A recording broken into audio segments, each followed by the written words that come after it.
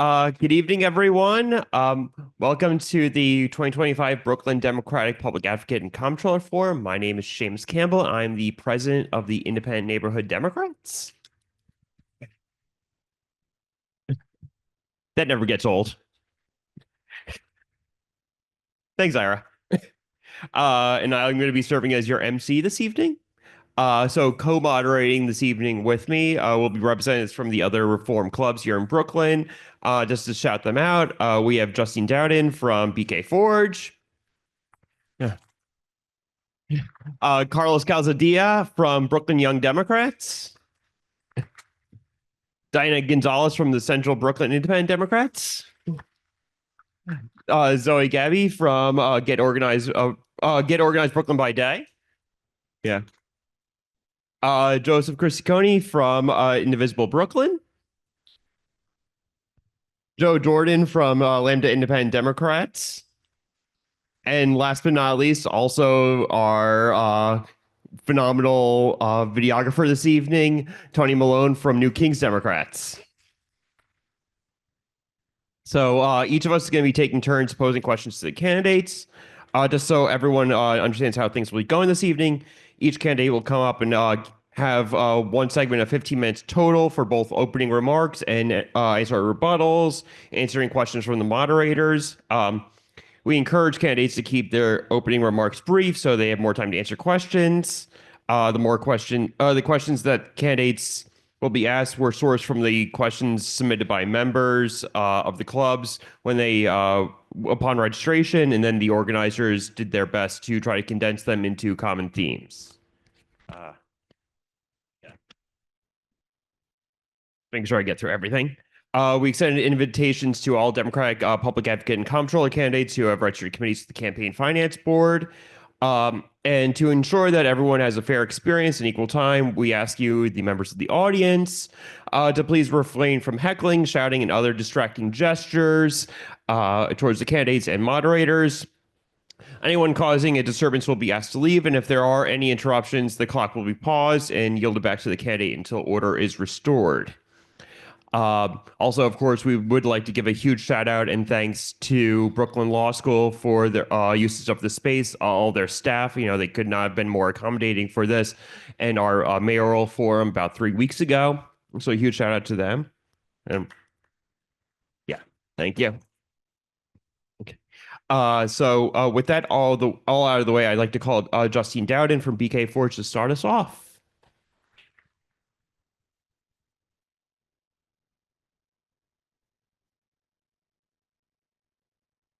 Thank you very much for being here. So Marty Dolan, if you're here, yeah, please take a seat. Thank you very much. Yes. Nice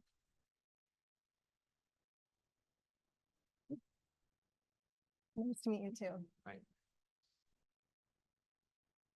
So our first public advocate candidate is Marty Dolan, a retired Wall Street insurance executive who most recently ran for Congress in New York's 14th district. Welcome, Mr. Dolan. If you can please introduce yourself and your platform. Yeah, sure. So I consider that I've been a business doctor for the last 45 years. I've probably worked on over 500 businesses, many of them very complex problems. So it starts with my prescription for New York, for the Democratic Party, and you could go broader than that. And I think the one who said it best was Hakeem Jeffries. I think he said it in the last week, which is that you've seen this kind of, the Republicans have been in charge and the Democrats have been in charge and the back and forth. And I think it's because we really haven't got the answer as a society.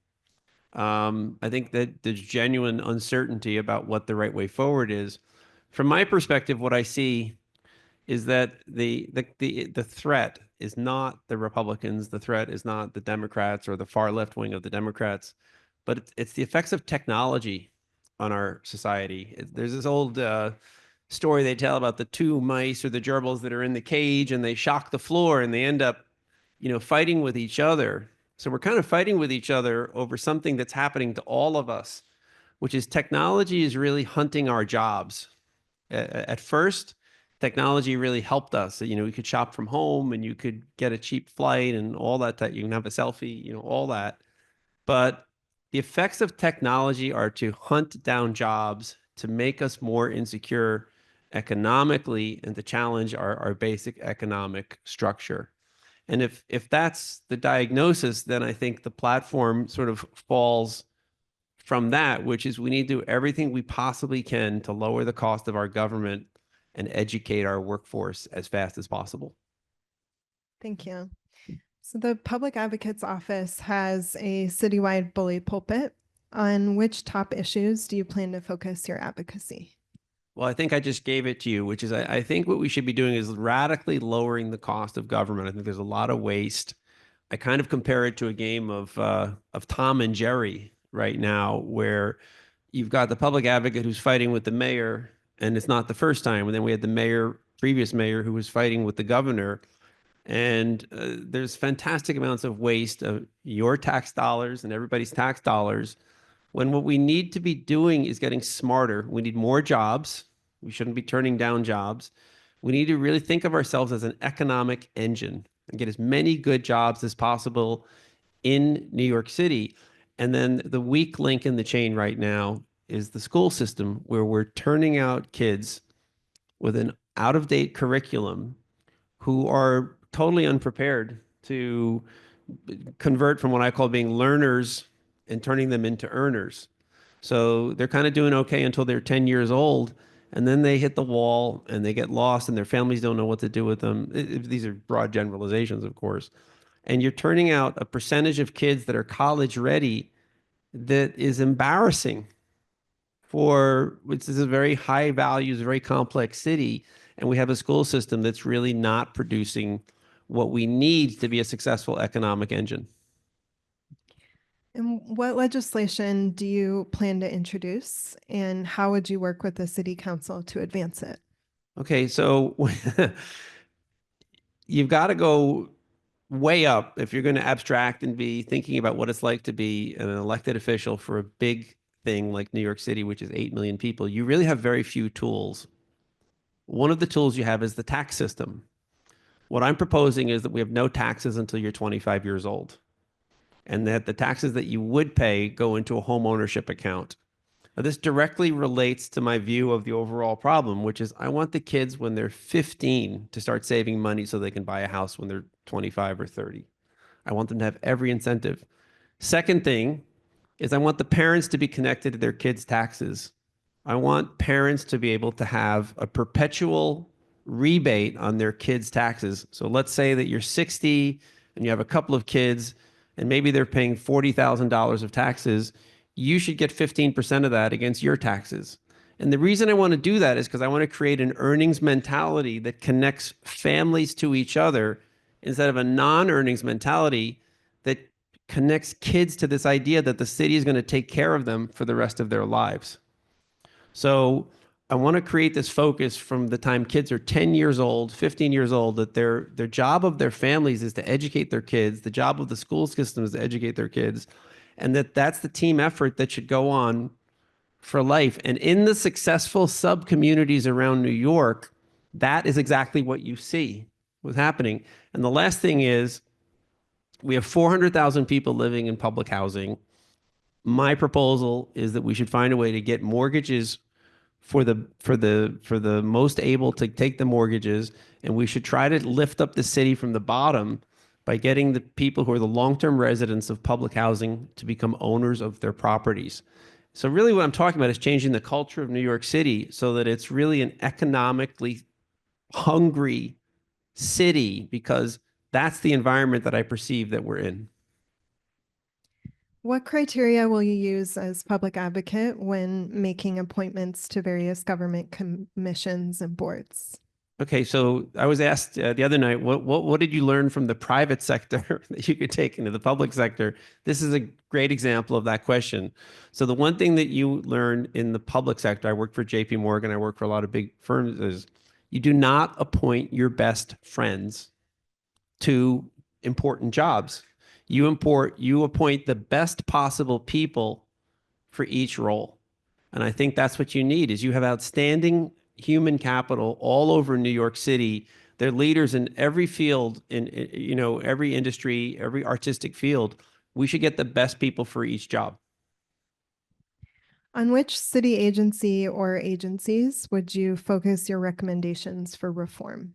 Which tools of the Public Advocate Office would you deploy? I think we need to focus on the school system. I think the results of the school system, and they're not because the teachers aren't trying, and they're not because we're not spending enough money, because we're spending more money than any other place in the world. We have to change the curriculum, which means we need to work with New York State. We need to stand up and say, what is the curriculum that you would teach a 10-year-old? And think about this yourselves. Go back in your mind's eye and think about what they taught you in social studies when you're in the 5th grade. And then after that, and all the stuff that you learned, and think about it in the context of how that hasn't changed. They're still teaching the same curriculum. And so this is a very tough thing, but I want our school system to be as good as the rest of New York is. And it's not.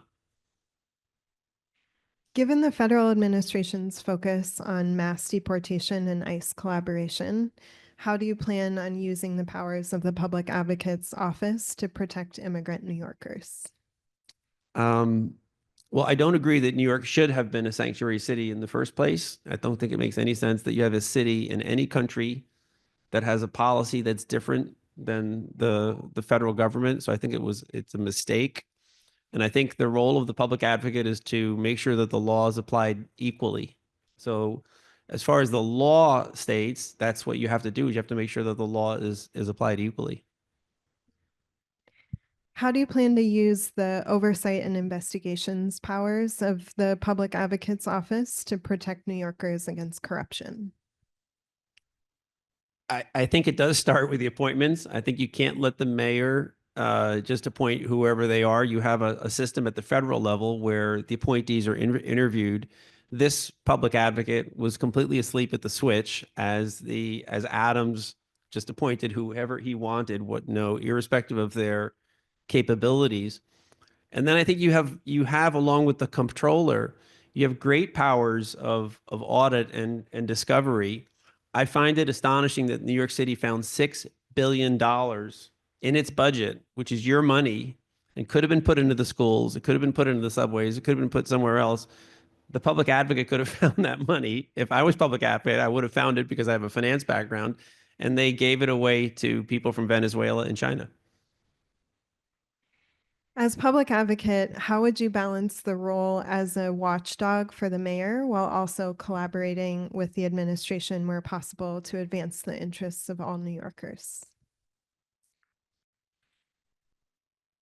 I think, when I was in Miami the other day, I was walking down Lincoln Road, and I was struck by the fact that there's a road in Miami named Lincoln Road.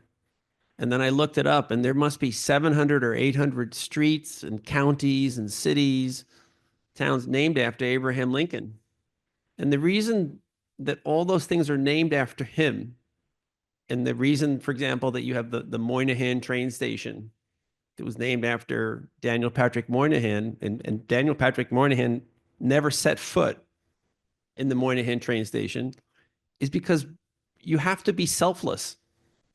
You have to, you're really an architect of the future when you're in government. And what we have devolved into, I'm afraid, is this caricature of politicians are, give me this, give me that, or I have a gimmicky red dress, or I have a gimmicky hat, or I have a gimmicky slogan.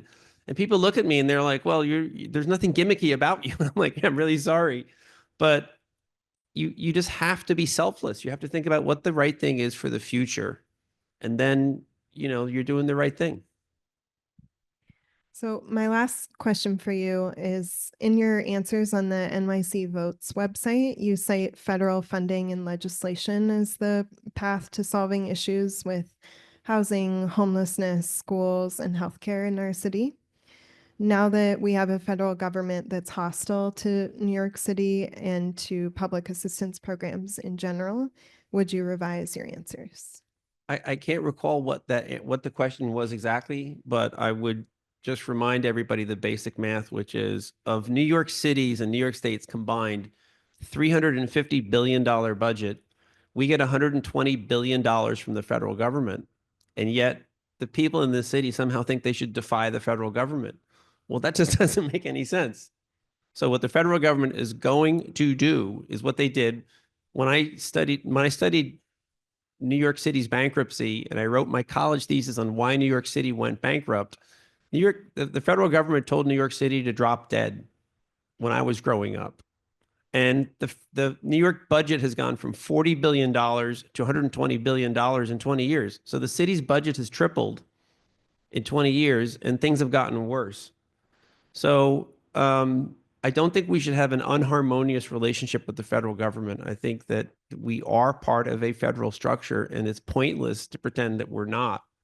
And I think at the end of the day, what we have to do is lower our costs. The budget of New York City is beyond the comprehension of somebody who's been a business doctor for 45 years, has a master's in business. If I had a team of people, you can't figure it out. It's way too complicated, and we have to simplify it. Okay, well, thank you very much for your time. It's my pleasure. It's a beautiful room. Very much.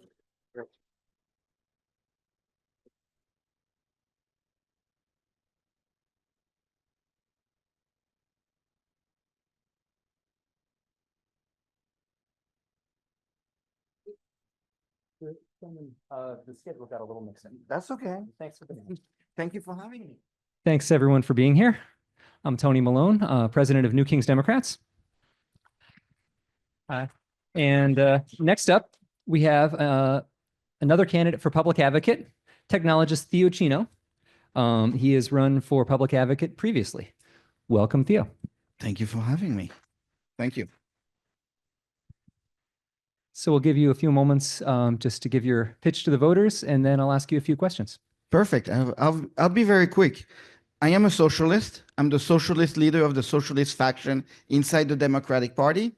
And all we're asking is to create a socialist caucus in the Democratic Party in the state of New York.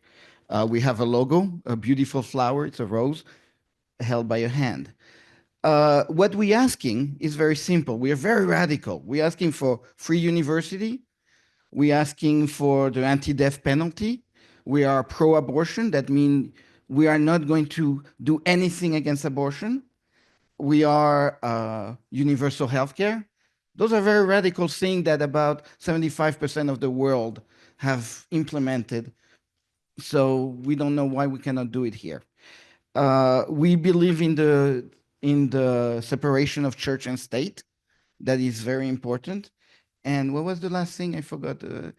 Oh, yes, we are for the human. Everybody gets a human chance to do whatever they feel and like. And the state should provide a way to make sure that everybody gets an equal chance to maximize their ability. Famous socialist American. I was thinking of the guy who wrote the Pledge of Allegiance.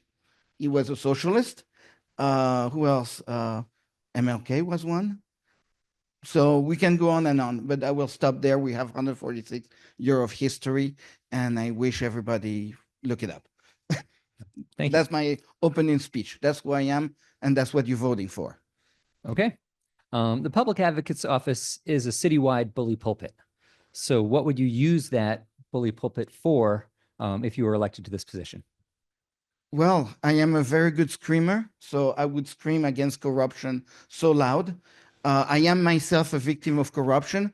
My rent last month, where I grew up and I was born, went from $200 to $2,000 overnight.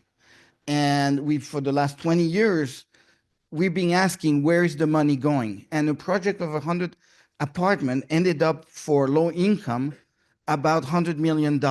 And now they're asking us to pay that money by raising our rent. And they're looking at the location of the building to say, oh, that building is worth X number of dollars. So that's what happened. They promised us Section 8, they promised us a lot of things. And as I went around to look for what the problem was, I realized maybe it's where the politicians are and what is holding them back in following the money and not following what the people need. And that's why I'm running for public advocate today. And as Bully Puppet, we will be discussing every socialist topic on the table. So education, what's wrong with the school, what's wrong with the subway, what can we do better, where can we put the money better use, et cetera, et cetera. So as a Bully Puppet, I'm very good at shouting. Thank you.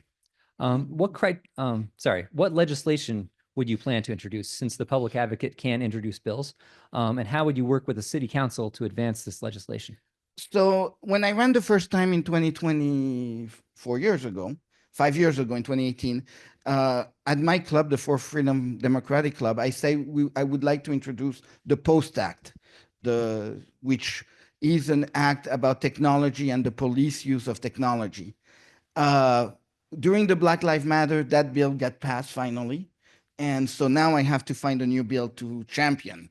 And that one is simply to put the private public contract on the passport computer system so tenants all around the city can go and figure out, without having to do FOIL that never get answer, they can get the answer of where the money that the developer are using to remanufacture their building, they can have access at the community board. It's basically a bill that Carolyn Maloney introduced a long time ago.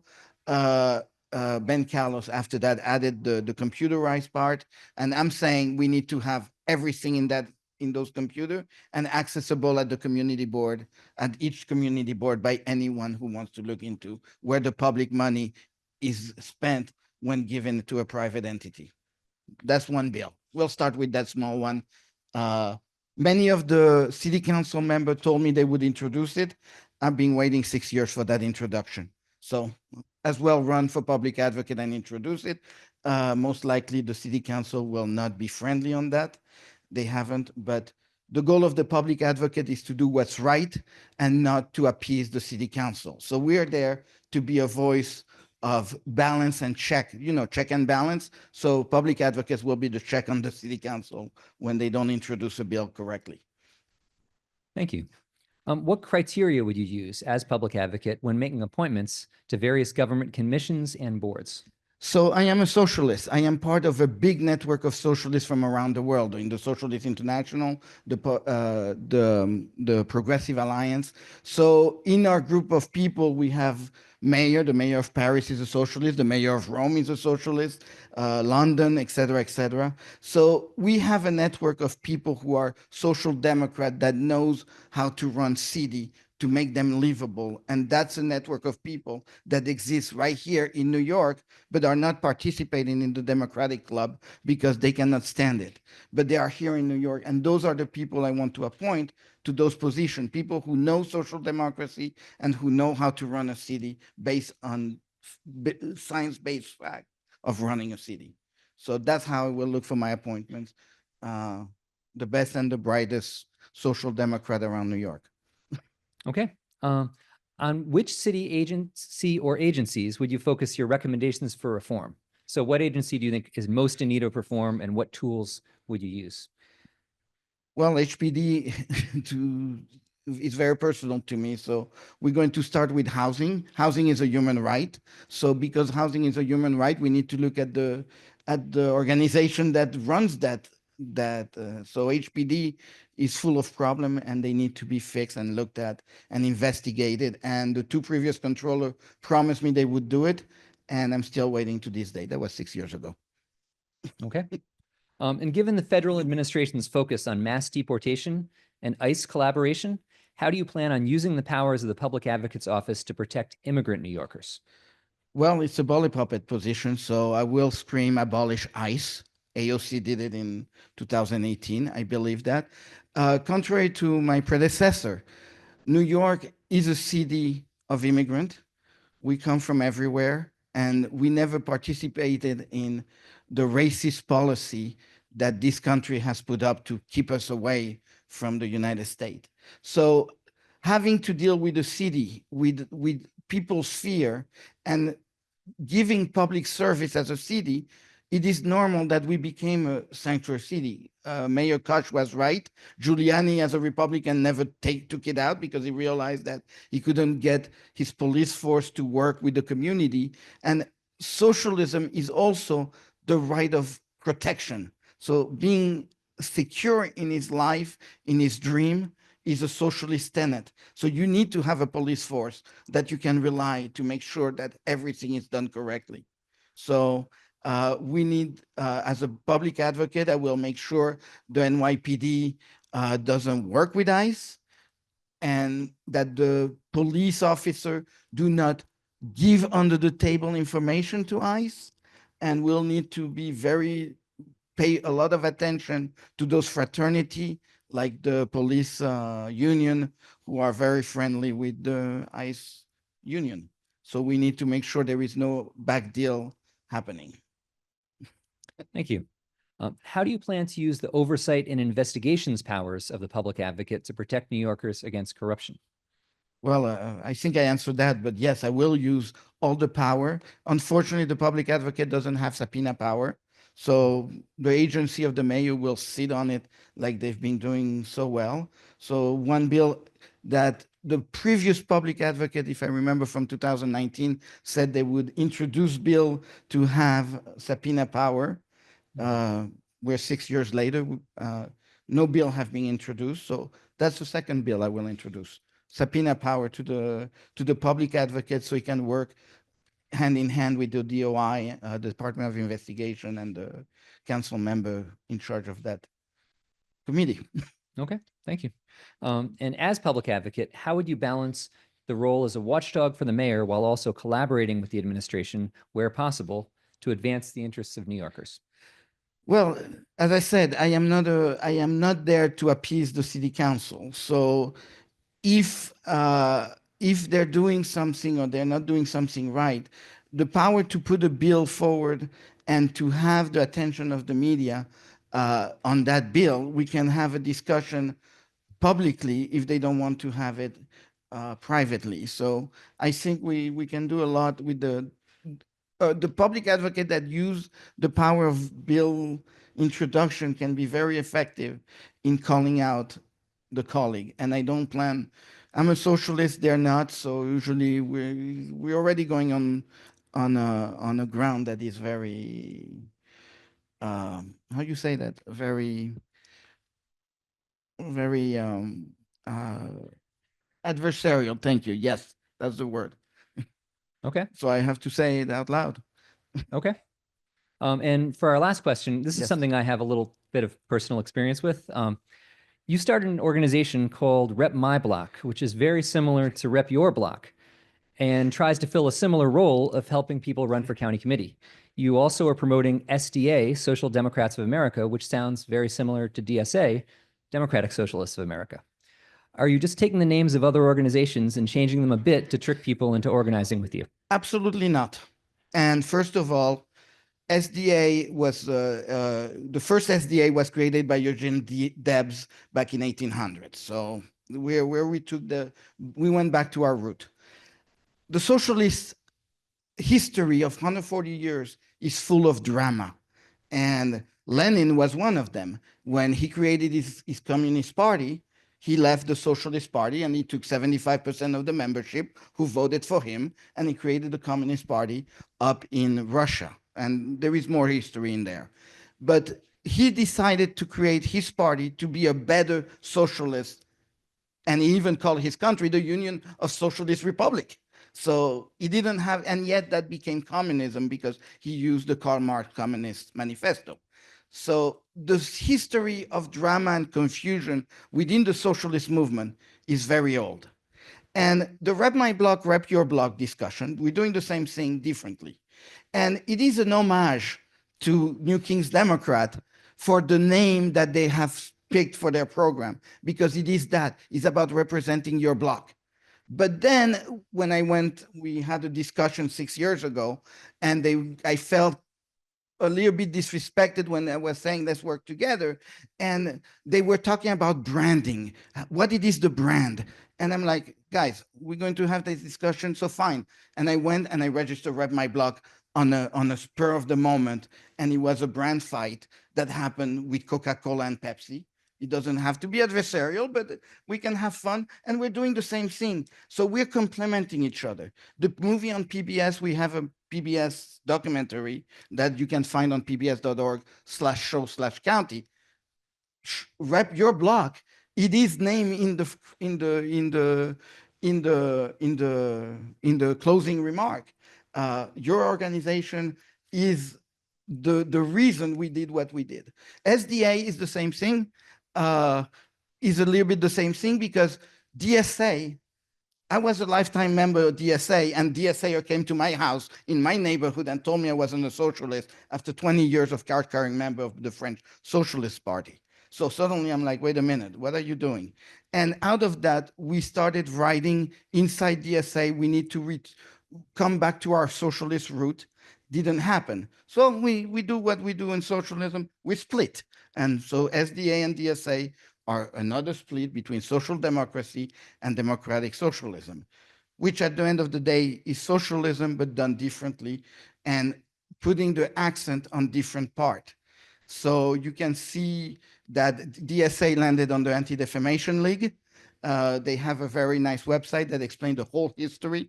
Go check it out. And that's the difference. But it is not about copying, it's about working together, not confusing. We're very open about how we came about, and the history book in 20 years will tell the story, hopefully. Okay. Well, thank you But very much. Thank you very much. Thank you, everybody.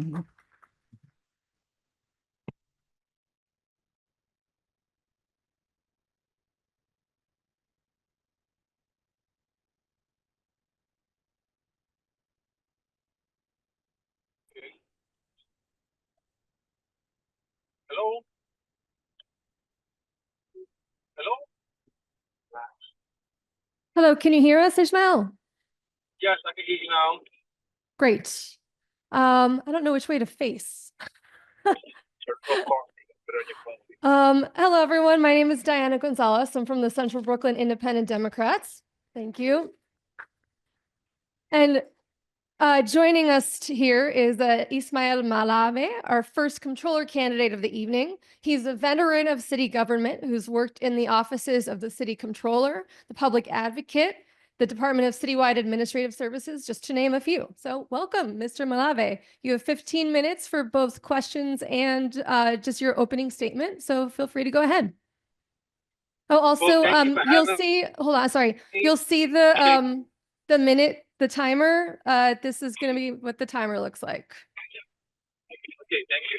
Great. All right, go ahead.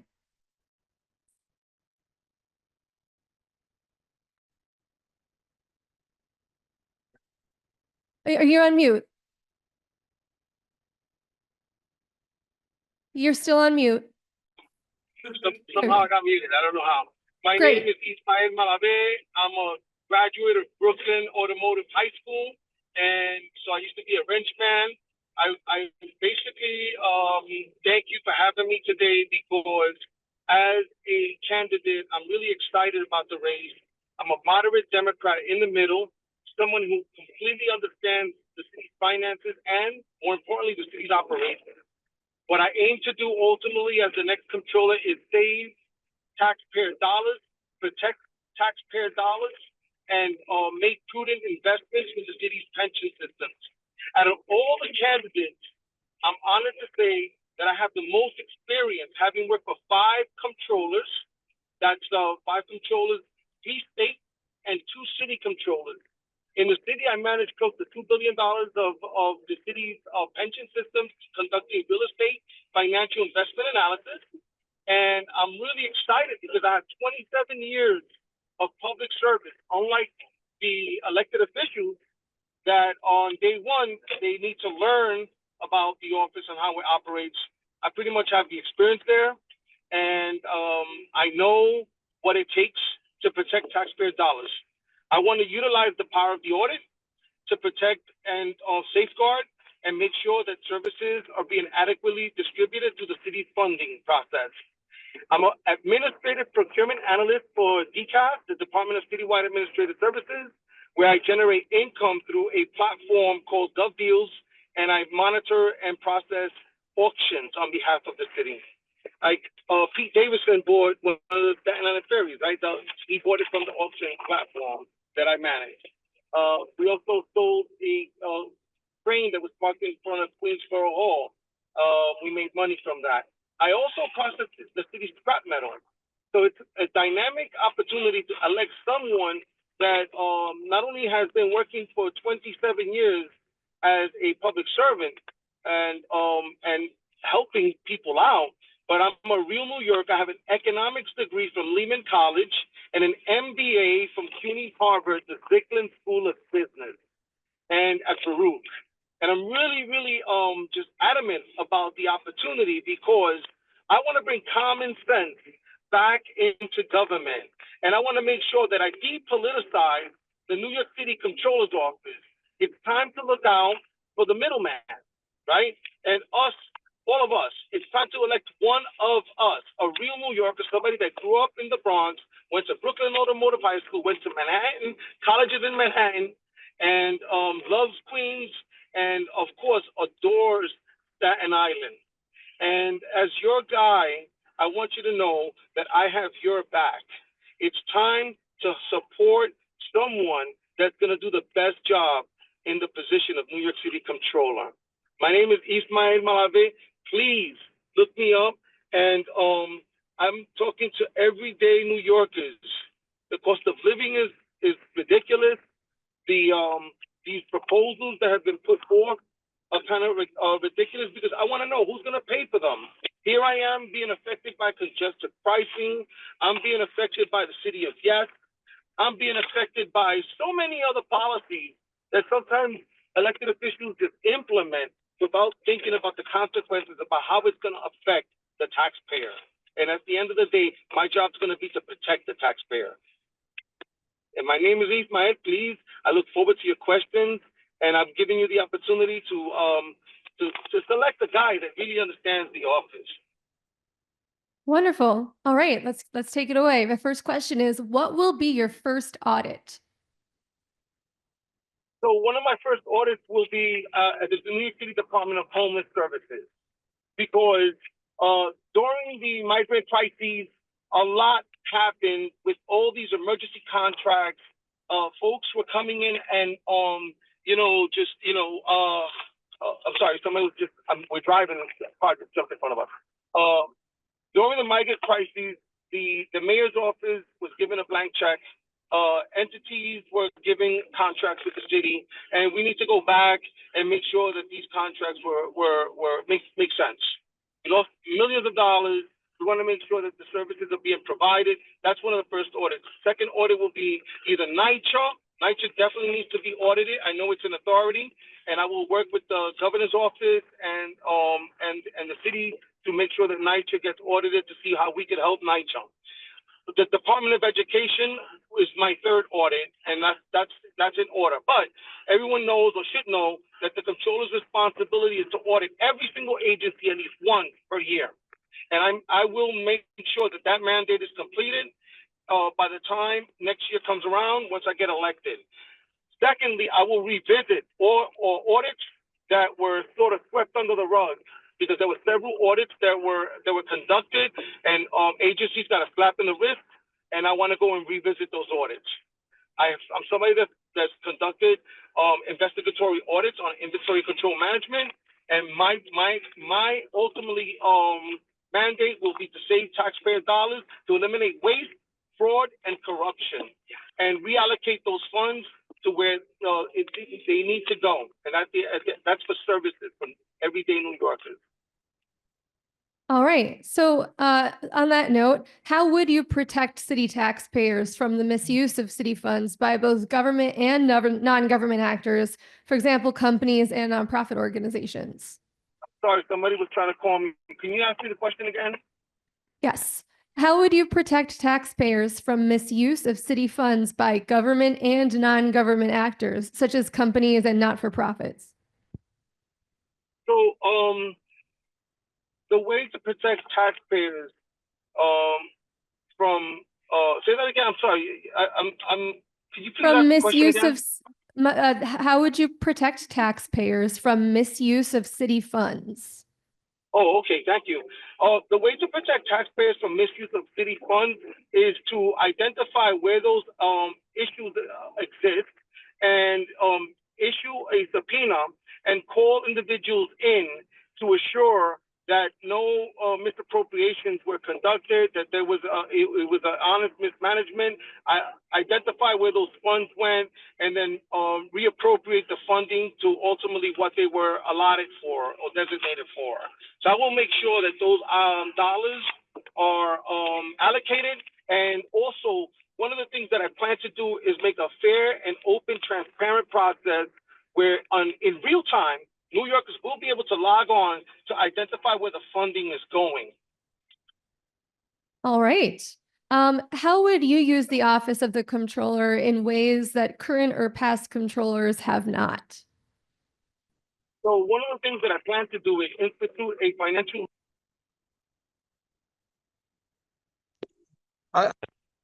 financial literacy program, which will help all New Yorkers, right, in managing dollars, learning how the office works, letting them know where pension investments are going. I will also make the contract and procurement process very transparent. And I will support minority businesses and minority business enterprises to get access. The lack of access to capital for New Yorkers and businesses in New York is going to be very fair and transparent. And what I want to do is I want to support DEI, right? Diversity, equity, and inclusion. There's policies in place. I want to make sure that those policies do not get eliminated. All right. What would be your top priorities when reviewing current pension investments and possible divestments? And what is your long-term vision for New York's financial future? So that's very complex. So I know that a lot of people are talking about divesting from fossil fuels and other things. So first of all, off the bat, I'm pro green, right? But it has to make economic sense. And ultimately, who's going to pay for these things? All of New York City is not ready to go 100% green. So when it comes to divesting, and I want to make sure that we make prudent investments, I will lean on the team that ultimately is responsible, and that's in the Bureau of Asset Management, as well as the Chief Investment Officer, which the city appoints in the Bureau of Asset Management, to make sure that the investments and the decisions there are prudent. I will work with the boards. There's 5 boards, and I will make sure that the boards are happy with every decision that we make. And as your controller, I will make sure that all New York City retirees and employees' pension systems are safeguarded from political decisions, because I plan to depoliticize those decisions. All right. It's gotta make economic sense. Okay. A week after the general election last November, the current controller issued a report called Protecting New York City, analyzing the risks that the Trump administration poses to the city's budget, economy, infrastructure, and people. Are you familiar with this report, and how would you address the biggest risks, including risks to New Yorkers, that the presidential administration poses? Absolutely, I'm familiar with it. And I know that the federal government wants to basically, let's just call it like it is, chop up the funding sources for various programs at the federal level. There will be consequences, or the city will be negatively impacted. Our budget is going to be impacted. The state budget's going to be impacted. So we're going to have to make up for that gap, right? For these funding sources that will more than likely will not be there anymore. And I am somebody that will try to make sure that, one, I will protect our bond rating, to make sure that ultimately the golden rule of bonds is that the city's bond rating does not get negatively impacted. So we can't think about how these federal dollars, we can't depend only on the federal government. In other words, we got to make sure that our funding revenue streams are well taken care of, and we got to look at where we can make cuts on our end to save dollars. if there's funds in the city that need to be reappropriated to ultimately give the city residents and taxpayers the services required for the city to be safe, clean, the city that we all love, have enough affordable housing. We need to make sure that those stopgaps are in place. And so we already know that our budget for fiscal year 2025 is about to end, and we're about to go into fiscal year 2026. And the Comptroller's office is already talking about how our bond rating may go past the 15%, which is a scary situation considering that they're cutting all the federal dollars. So I'm somebody that understands how the dynamics of the finances of the city's work, of our city works, and I'm gonna make sure that we do extensive analysis on our finances in managing the city's debt and reviewing the city's budget and making sure that agencies are adequately and appropriately spending the city finances, as well as safeguarding taxpayer dollars. Okay. How will you use the power of the Comptroller's office to support tenant protections and enhance affordability for New Yorkers? You have 2 minutes remaining. The cities, okay, so the city makes money from real estate, right? So the city makes money from taxes. And I know that people are talking about the city of yes and building affordable housing, but when you ultimately think about this, who's gonna pay for it? I'm somebody that used to be a tenant myself. I have a tenant, and and my tenant is one of the happiest tenants in the city. I can tell you that much. I'm gonna make sure that tenants' rights are protected, and anything within the law, I will make sure that I stand up for. Okay. How would you use the Comptroller's audit and investigation powers to respond to corruption and wasteful spending in the NYPD, such as the recent overtime scandal and the millions in settlements we pay annually for police misconduct? Well, the minute I become Comptroller, I want to review that audit, and I want to identify where the issues came up, and I want to make sure that we put safeguards in place to prevent that from ever happening again. Like I said, I want to make everything fair and transparent. New York City will have, under the Malave for Comptroller administration, a open portal where they can go and, bottom line, see where those dollars are being allocated and how they're being addressed and spent. So that's what I will do. I will go straight into those audits. Like I did say earlier, I will revisit any audits when I get elected to see how we can address any of the issues that came up. All right. And I believe we are out of time. Thank you so much for joining us, Ismael. Thank you for having me. I'm so honored. I hope to get your endorsement. Fair Malave. So yeah, so we have a few minutes to kill. So the organizers are just going to give a little brief overviews of each of our various organizations. As I mentioned, I'm the president of the Independent Neighborhood Democrats. It is the Democratic Club for the 52nd Assembly District, which all of you that are watching live or in person right now are in. So we have been around since 1970. We were started as a reform club, basically going against the county machine and a lot of their opposition to the Vietnam War. So mostly we try to make sure we run candidates for public office and party office that are reform minded. The half joke that we like to say is that we want to make sure that we have judges that know the law are not someone's brother-in-law. We, of course, run candidates for judicial delegate, judicial alternate, county committee, and basically everything up and down the ballot. And, of course, I'm going to have to say this. I'm sorry to all the other clubs. I love you all, but we were also ranked the number 6 political club in all of New York State. Yes. I'm sorry. Well, you can blame the editors at City and State for that, you know. Diana, you want to come up next? Talk about CBID? Hello, everyone. It's me again, Diana Gonzalez. I'm the immediate past president of the Central Brooklyn Independent Democrats and currently the district leader for the 44th Assembly District. Thank you. CBID has a similar origin story. We started in 1968. We've been an independent, reform-minded club ever since. What we have coming up is we will be having our next endorsement meeting on February 13th. We're going to endorse civil court judges. We'll endorse in the Brooklyn DA's race. We'll endorse for city council and a few council districts. And I'm sure I'm forgetting something. The mayor, yes, the mayor, the comptroller, the public advocate, the borough president, judicial delegates. If you want to know what that means, just find me after and ask me.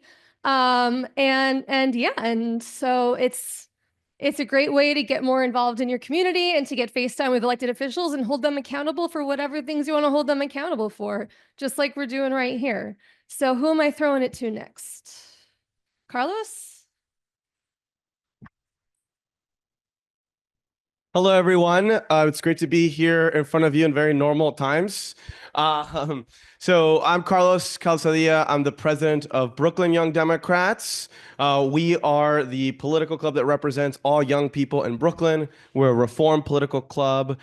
We endorse in elections. We're actually the only chapter in the entire state that endorses in primaries, which means that all the candidates want to talk to us, which is great. But we give a voice to young people here in this borough. We also stand up for our democratic ideals. We've been fighting in Southern Brooklyn for our Democratic candidates against Republicans, and we also have a lot of fun. If you know anyone, if you're yourself a young person who wants to get involved, things are crazy, things are happening across the country, but locally and organizing as young people, building community as we will do. So that's it about me. Who's next? You can go get, okay. Justine Dowden from BKForge. Yes, I'm Justine Dowden. I'm a co-chair of BKForge, which stands for Brooklyn for Reproductive and Gender Equity. We are an all-volunteer grassroots group. We started right after Trump got inaugurated the first time, and we're very active in the Reproductive Health Act advocacy, and most recently put a lot of effort behind Prop 1, the New York Equal Rights Amendment, which passed with over 60% of the vote. And now we have a large legislative advocacy agenda now because, it feels like crises are coming from all over the place. But in general, our focus is abortion access and reproductive health care and justice. And I'll also plug our next event, which is on Saturday, the 8th, and it's our Palentine's party. So we are writing notes of thank you and Valentine's for independent abortion providers. And it's a very fun and uplifting, family-friendly event. We craft and drink and show our appreciation. So that's at Young Ethel's, which is a bar in South Slope, from 2:30 to 4:30 on Saturday.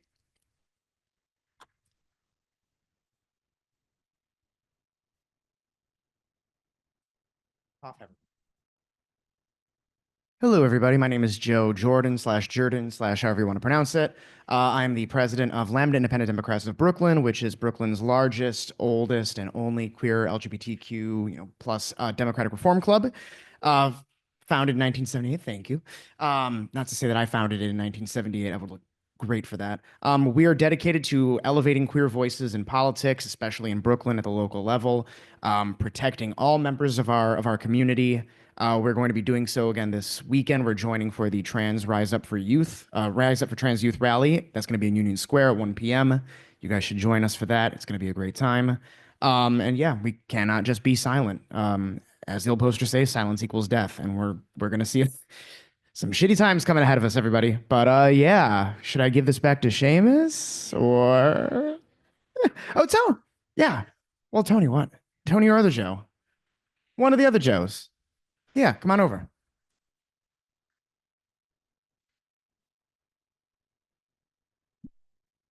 Hey everyone, good evening. My name is Joe Crescioni, and I'm here representing Indivisible Brooklyn. Indivisible Brooklyn got its start similar to BKForge.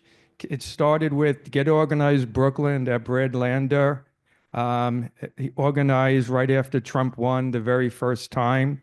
a number of organizations came out of that, and Indivisible Brooklyn was one of that. We take our cues from the Indivisible National Playbook. So we're not really a political club. We're more of an action-driven type of club. So we do organizing, we do demonstrations, we do letter writing, we've done phone relays. We just about do everything. For example, last Sunday, we did a very ad hoc type of demonstration outside of Chuck Schumer's residence in Park Slope, Brooklyn, because the Democrats are pretty much not doing anything to fight Trump or the Trump agenda. And we've just pretty much had it. We're very angry. So we did that. We also had a fairly large group outside of both Schumer and Gillibrand's offices yesterday demonstrating. And we actually were able to sign letters. And Adam, who's also with Indivisible Brooklyn, was able to meet with representatives of Schumer, at least, right? I don't know if you met with Gillibrand's people. And we have another demonstration coming up this Saturday morning outside Chuck Schumer's residence. He lives on Prospect Park West, and we need to wake up these people because they have been sleeping on the job while our democracy is dying. So that gives you some idea of the passion that Indivisible Brooklyn has. And I'll finish by saying we had our first meeting yesterday after Trump actually took office. And there were well over 100 people squeezed into Danona Rosta, an Italian restaurant on 7th Avenue and Park Slope, because people are terrified and people want to feel like they're able to do something. So come to Indivisible Brooklyn. It's a great crew. We have pizza, and it's really a great organization, and I'm very happy to be part of it. So that's Indivisible Brooklyn. Thank you. And now Zoe, Gaby, also, our origins are kind of similar to ours. Yes. Hello, everybody.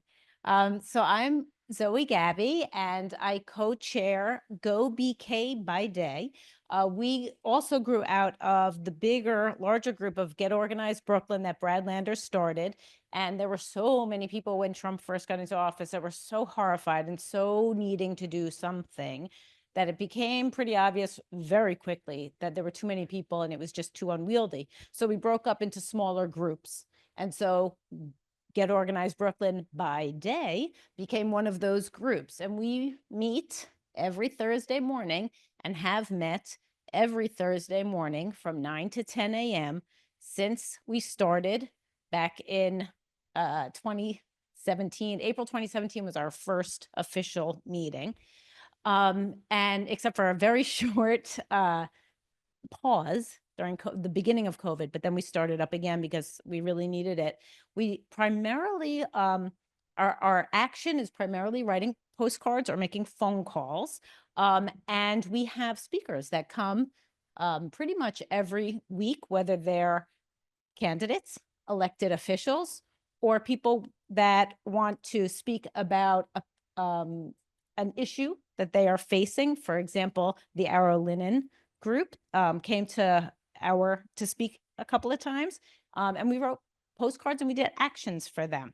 And so, that's what we do. And so come and join us. If you feel like you really just want to get something off your chest, come join us. We meet right now at Zaytar's on 8th Avenue and 12th Street from 9 to 10 every Thursday morning. And we also meet, we're hybrid, so we also meet by Zoom. So you can also join us that way. Thank you so much.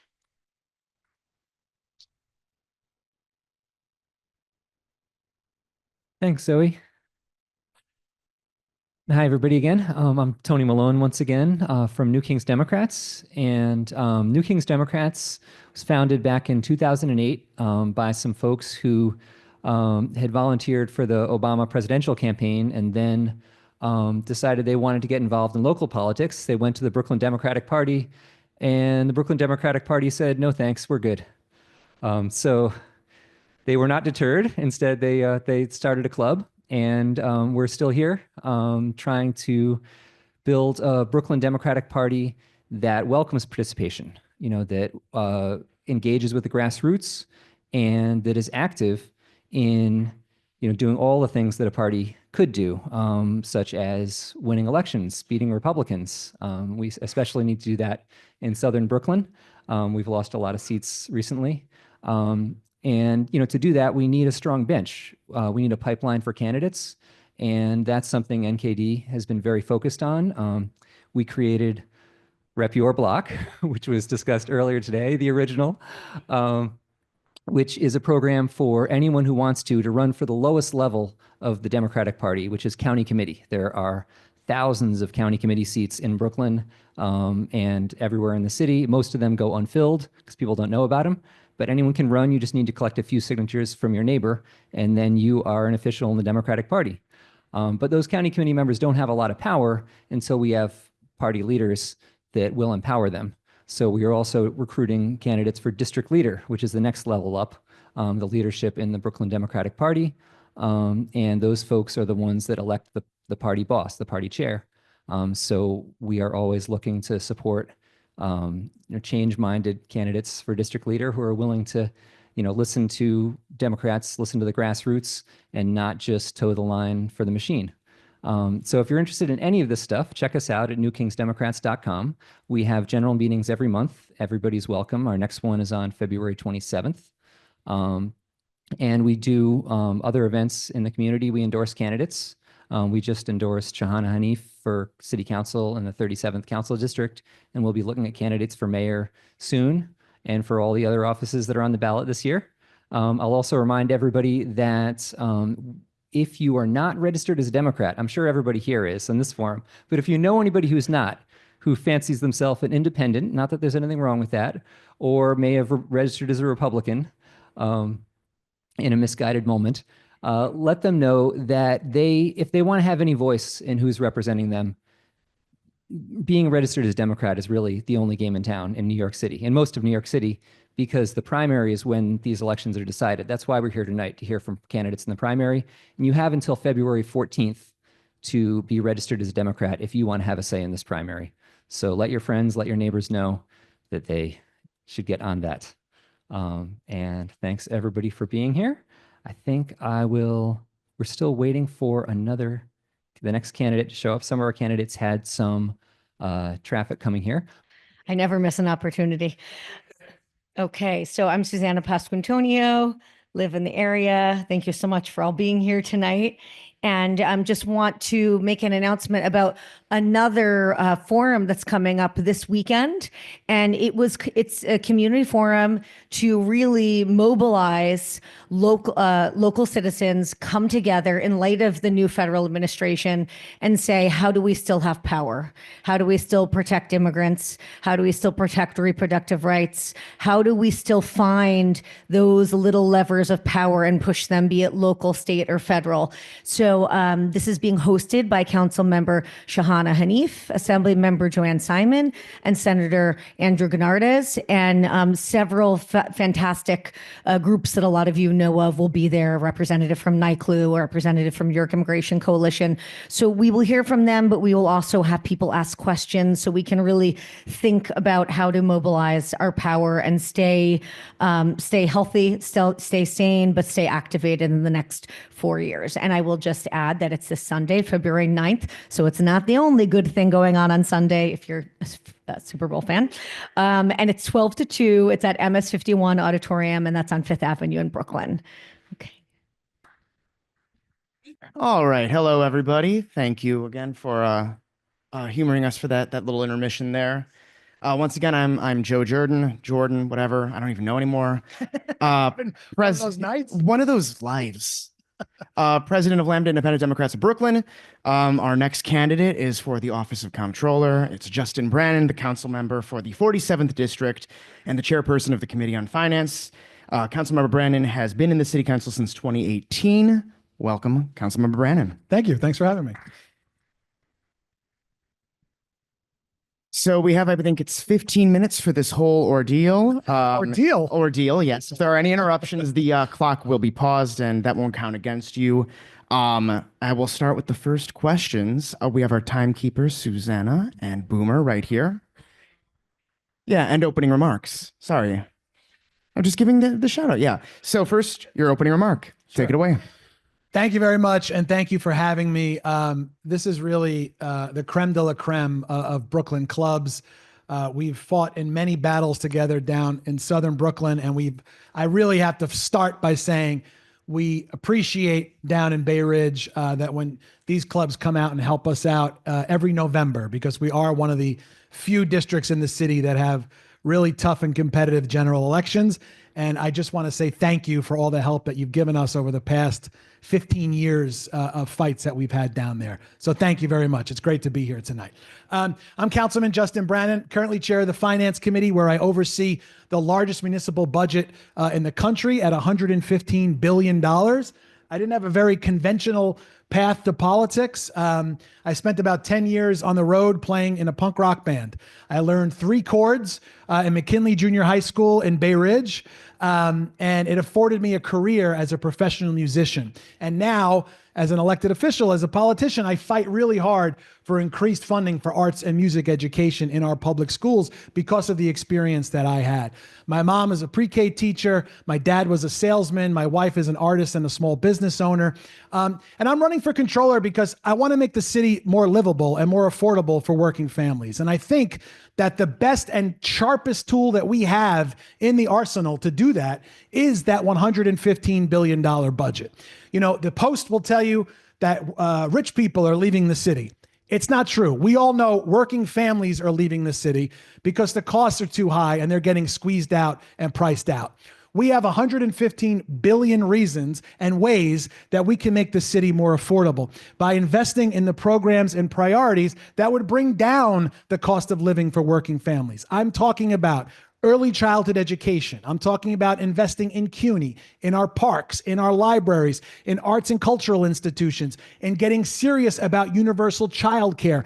These are all the things that I want to prioritize, and we cannot sit on our hands while the city spirals out of reach for working families. We have a way to do it. We have a way to fix it. And I think that's done through the Comptroller's office, especially over the next 4 years with whatever fresh hell Donald Trump is going to send our way every day. We build a firewall around the city by how we spend our money. That's how we can take care of each other. And that's what I would do if I'm elected controller. Thank you so much. So your first question on here, what will be your first audit? I'd probably start with HPD. I think we are in a housing crisis right now, and I don't think that HPD has been given the tools they need to meet the moment. HPD is working with about a $2 billion budget. It's barely 2% of our city's budget. I don't think that equals housing crisis. I think they need more staff. The mayor has completely hollowed out some of these agencies that are now downright skeletal. I'm working on 3 100% affordable housing developments in Coney Island. 2 of the towers are already built and fully, rented. The 3rd tower, another 100% affordable tower, about 600 units. I'm barely exaggerating when I'd say that they could probably put this tower up quicker than HPD could process that paperwork. And it's because the mayor has absolutely hollowed out some of these agencies. I would also audit the Department of Education. I come from a family of teachers, of public school teachers. I used to work for the Department of Education. I don't know a single public school teacher in this city that would tell you that they feel like they're working with a $35 billion budget in their classroom. And we're not getting the outcomes that we need for a world-class education for our kids. So those would probably be the top 2 agencies I would start with. Thank you. How would you protect taxpayers from the misuse of city funds by government and non-government actors like companies, not-profit organizations, contractors, things like that? Sure. It's a great question. I am the guy who wrote the law that says if you're convicted of public corruption, that you cannot seek office again.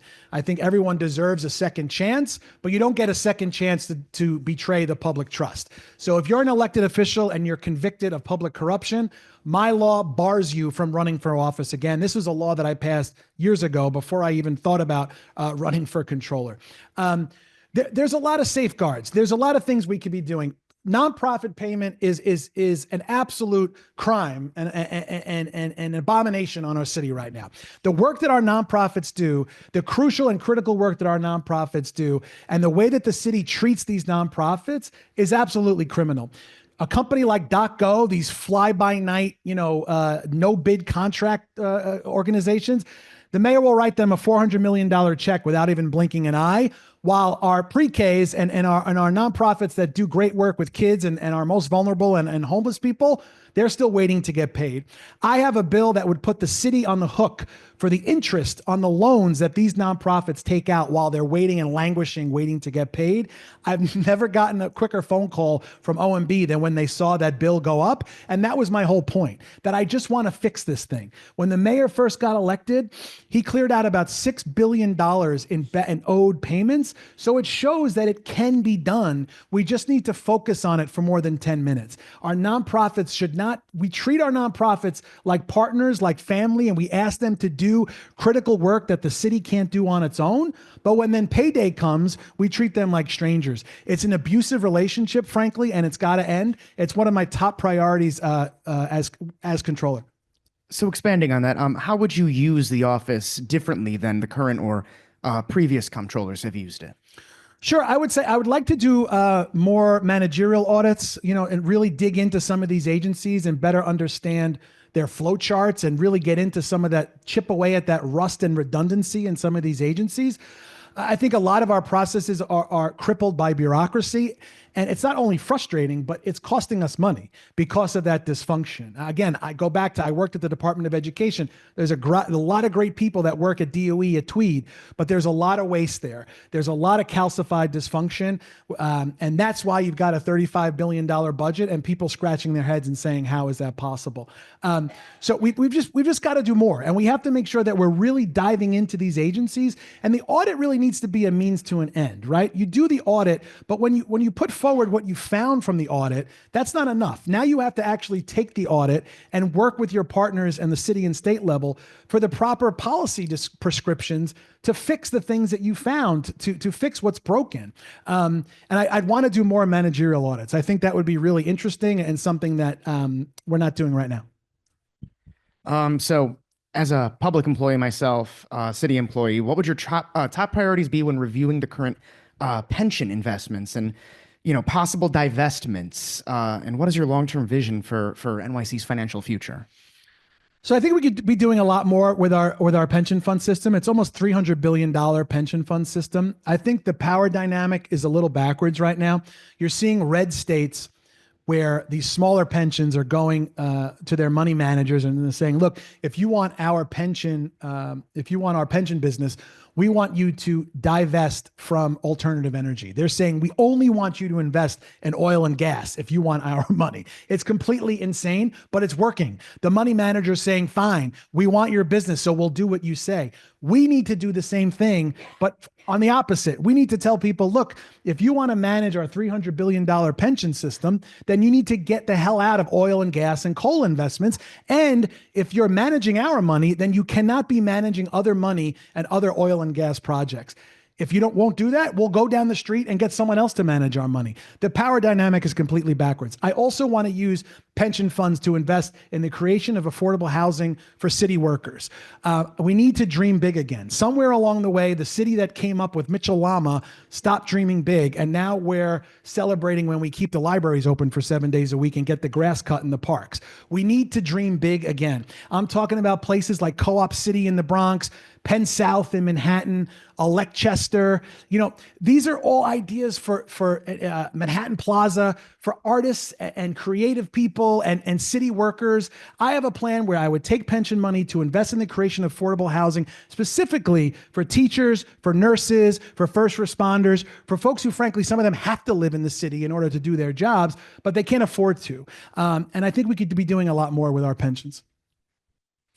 So a week after the general election last November, the current comptroller issued the report, quote, Protecting New York City, analyzing the risks that the Trump administration poses to the city's budget, economy, infrastructure, and people. It's a Lander title if I've ever heard one.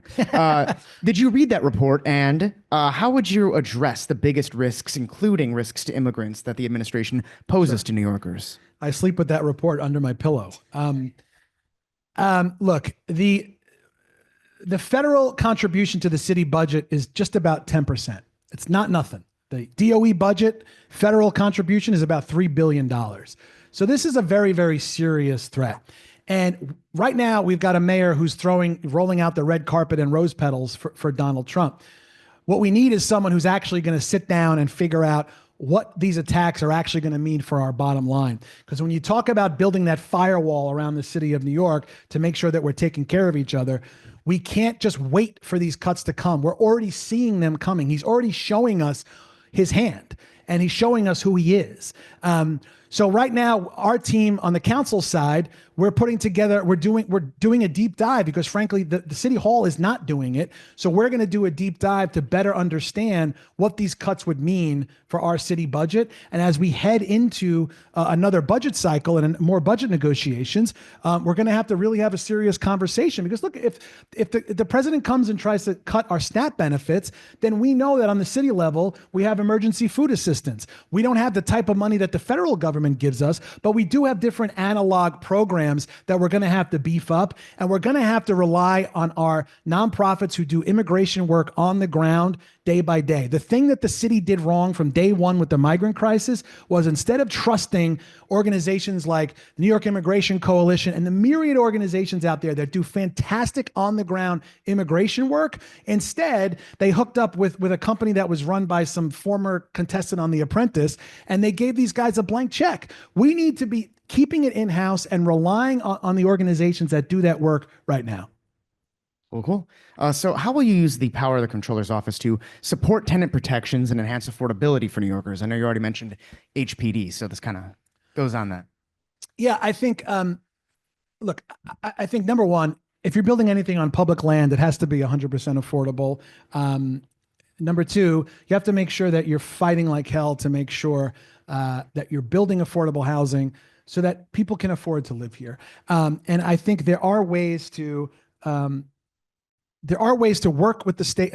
We were just up for a Tin Cup Day on Tuesday, and you hear the upstate Republicans all grumbling about how much money New York City gets. You have to remind them that 50% of the operating budget for New York City for New York State actually comes from New York City money. So we have to get serious about taking care of ourselves and working with our partners in Albany as well. Like I said before, to dream big again. You don't hear these big ideas anymore.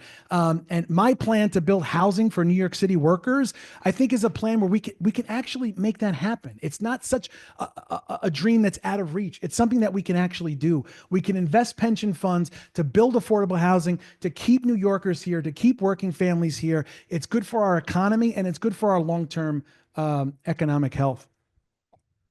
And how would you use the Comptroller's audit and investigation powers to respond to corruption and wasteful spending in the NYPD, such as the recent overtime scandal and the millions in settlements that we, the taxpayer, pay annually for police misconduct? Sure. So last year, the NYPD spent about $1.1 billion in overtime. They went about $141 million over what they told us they were going to spend. I have faith in Commissioner Jessica Tisch. I think she's incorruptible. I think she understands what a problem the overtime issue is. I do think it's a managerial problem ultimately. You'll hear the police union saying, well, we need to just hire more cops. The dirty secret is that it's actually cheaper to pay cops overtime than it is to hire more cops. So ultimately, I do think that Jesse Tisch is going to get this under control, but one of my first audits would be the NYPD to understand better how they're financing this money. The NYPD likes to blame the council and say, well, we're spending too much on overtime because of protests and parades, which is a bunch of baloney. Overtime has become part of just the status quo, that there's officers who rely on this overtime. And whether it's extended tours, you work 3 days in a row and then you get 2 days off, like that kind of thing. There are things that we can do to bring those costs down. What's happening now is completely unsustainable and not something that I will stand for. Because it's like you said, this is our money, right? It's taxpayer money. Let's not forget that. And last but certainly not least, what is your position on the construction of new casinos in New York City, across the whole city and in the boroughs? I am a casino skeptic. I think we could all take out our phones right now and gamble right now. So I think the days of the casino being the only place in town where you could gamble are over. I represent Coney Island, where there's an applicant in Coney Island. We need a lot of things in Coney Island. We need jobs, we need housing, we need investments in infrastructure. I don't hear a lot of constituents coming up to me and saying what we really need is a casino. And I'm an old school politician who actually does this crazy thing where I listen to my constituents. And there is a robust community process. It's the community advisory committee for the casinos. I'm going to listen to my constituents. And if they don't want it, then I don't want it. If they want it, then I want it. But right now, I'm not hearing good things. Thank you very much, council member. It was a pleasure. Oh, right on. Thank you so much. So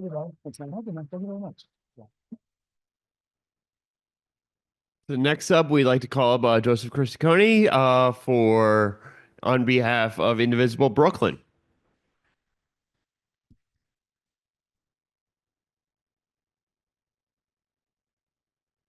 Hey everyone, I'm Joe Criscione with Indivisible Brooklyn. What's that?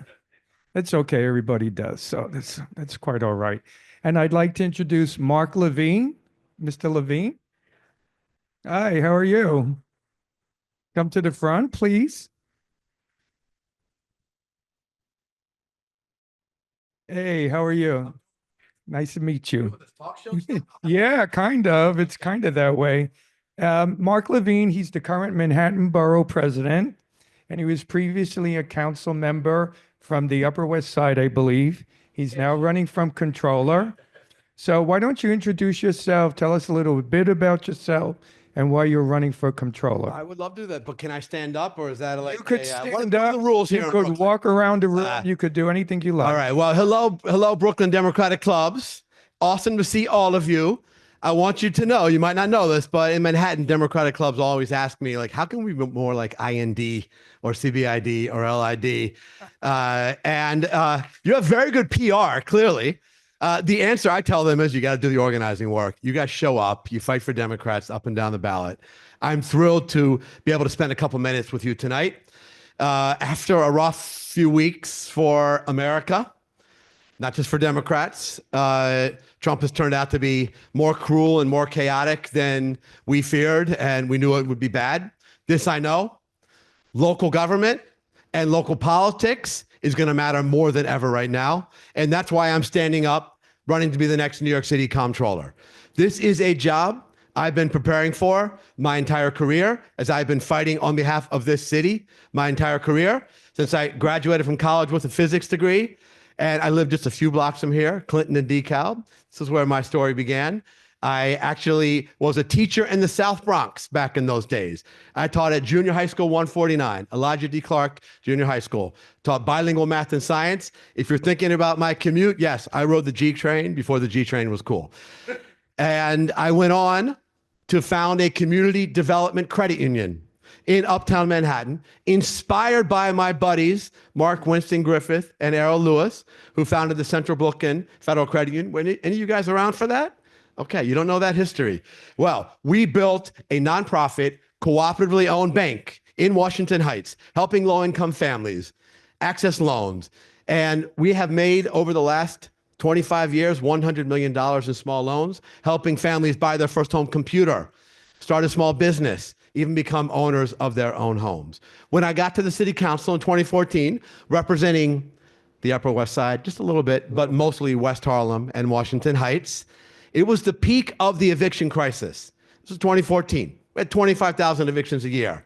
I made my first bill when I got to the council, historic legislation, to make New York City the first place in America to establish a right to counsel for tenants facing eviction in housing court.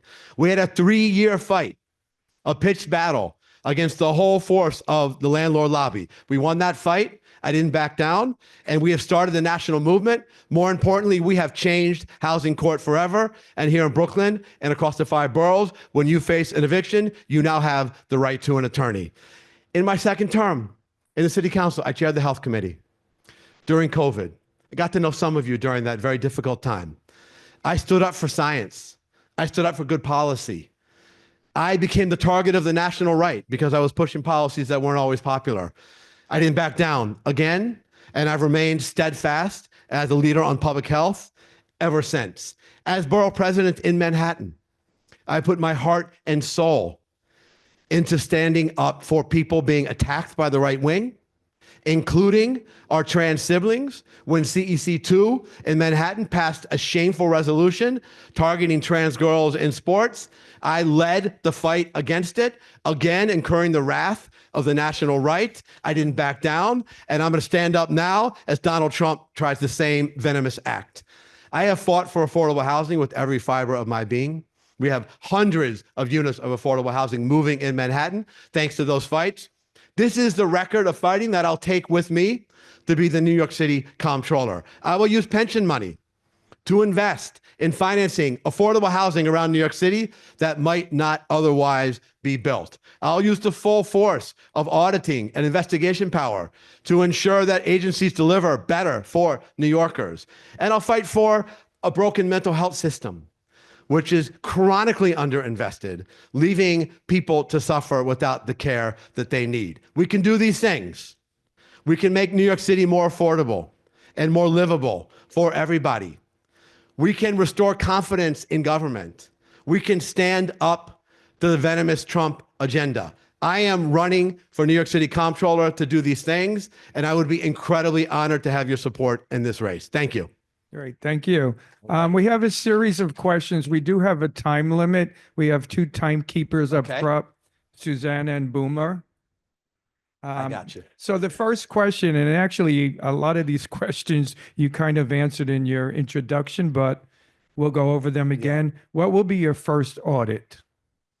It's hard to choose, but I'm going to say HPD. If you want to build affordable housing in New York City, you got to add 18 months to the timeline for them to approve the paperwork. There are people in shelters tonight who are waiting 18 months longer than they should because of that. That could be modernized and accelerated to the benefit of people who need that housing. Can I mention more agencies or I mean, look, NYCHA, there's manifold audits that need to be done of NYCHA. We have thousands of vacant apartments in NYCHA that sit there sometimes for 6 months and 9 months in the middle of a homelessness crisis. It's unacceptable. We have repairs that go unaddressed for years on end because of chronic inefficiency, not just underinvestment, but inefficiency in the way the repairs are structured there. In the Department of Education, the system for giving kids special ed services, and if they need it, giving them extra funding for that. It's completely broken. I have a child who went through it. It's heartbreaking for any family who needs it. There is much that we need a strong comptroller to do using these powers of audit and investigation to be independent and hold the next mayor accountable. Great. How would you protect taxpayers from misuse of city funds by government and non-government actors, such as companies and nonprofit organizations? Okay, well, every contract in New York City has to be approved and registered by the comptroller's office. And there's times where the comptroller has to put their foot down. And I applaud the current comptroller, my friend Brad Lander, for putting his foot down a number of times on contracts that didn't look right. And he has fought to extract better terms and conditions there. This is what you got to do. You got to use the power of contract approval. I will do that across city government. You asked about holding corporations accountable too, I think. Sure. And there it's a different strategy. The New York City Pension Fund is a shareholder in every company in America, literally. And that gives us power for shareholder activism, to stand up to companies if they are shirking their responsibility to advance diversity and equity and inclusion, and to celebrate trans Americans, or to gouge people by overcharging for prescription drugs, et cetera, et cetera. The New York City Pension Fund has the vote as a shareholder to push back. I will use that power aggressively to fight against corporate greed in New York City and nationally. How would you use the office in ways that current or past comptrollers have not in order to support New Yorkers? I I want to compliment Comptroller Lander for really advancing our effort to divest from fossil fuels, from companies involved in extraction and pipeline work. He has really moved that ball down the field. I think there's still some more work to do there, but this is not in the form of a criticism, but I think we can and should do more to invest pension money consistent with our fiduciary responsibility to our retirees. Some of you may be current and future retirees. We can invest more of that money in financing affordable housing in the 5 boroughs of New York City. The hardest thing about building affordable housing is actually not finding the properties. And believe me, that's hard. We have 300 projects now approved, ready to go. They're waiting for financing. You know how many we approve a year? How many we finance a year? 30. So if there's a vacant lot on this corner here, maybe owned by a church, they want to do the right thing, they want to have financing, you should assume a 10-year wait for that to get built. It's unacceptable in a housing crisis, in a homeless crisis. The comptroller can and should do more to help close those financing gaps. That will be one of my top priorities. Next question, and you actually kind of touched on it in your answer. What would be your top priorities when reviewing the current pension investments and possible divestments? And what is your long-term vision for New York City's financial future? Okay, well, you got to balance a couple key priorities in managing the pension fund. Paramount is you have to protect the assets of our retirees, right? They worked for retirement benefits, and we need to guarantee they have them. And so we have to do everything we can to invest wisely. We can also invest in ways that are consistent with our values. And I don't think that's a contradiction. Talked about divesting from fossil fuels, and you can move that money into green energy. That is the morally right thing to do in the midst of an existential climate catastrophe. It is also financially prudent because those companies that are vested in the fossil fuel industry are a risky investment risk. And the growth sector in energy is on the green side. So this is a perfect example of how we balance our goals of protecting the pension funds and ensuring that what we invest in is consistent with our values. A week after the general election last November, the current comptroller issued a report protecting New York City, analyzing the risks that the Trump administration poses to the city's budget, economy, infrastructure, and people. Are you familiar with that report? And how would you address the biggest risks, including risk to immigrants, that the Trump administration presents? Familiar with the report. Excellent report. Scary report, because it's a reminder that many critical agencies in New York City rely on federal funding. Schools, $2 billion. ACS, Child Protective Services, over $2 billion. Housing Agency, over $1 billion. NYCHA, billions, plural. The loss of that money would devastate things like childcare and support for tenants and myriad education services. This is serious. It also finances nonprofits throughout the city. And we had a 24-hour existential crisis here last week when contracts that had already been approved, people had already done the work, they had already spent the money, they got frozen out of their portals. They couldn't access funding. This would cause nonprofits to close. A court intervened. Trump backed down, proving we can beat him even in this era. But the city could do more by expediting payment on its own contracts to help float payment delays in the Trump era. And as to your broader question about fighting back, you know, this has been a rough 2.5 weeks. I'm not going to lie. It's been a very rough 2.5 weeks. It's hard to look at the headlines. It's like one punch in the gut after another. It would be very, very easy to just block it out and curl up in a ball and wait for the storm to pass. And I get that. I get that. That cannot be our strategy.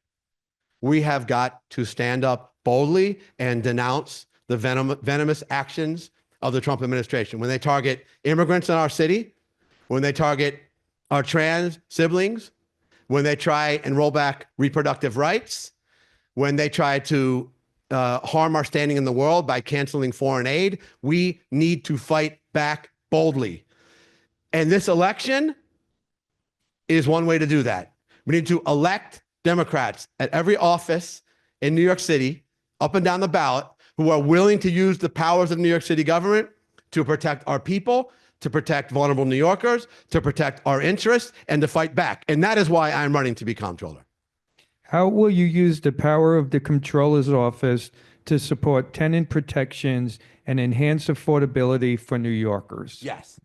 So in addition to what I've already spoken a lot about, financing new construction, we have a lot of buildings all over the boroughs, including Brooklyn, Mitchell-Lama, HUD 202, that are in danger of expiring out of their affordability programs, right? And that will lead tenants caught out there. This has happened in hundreds of thousands of units across the city already.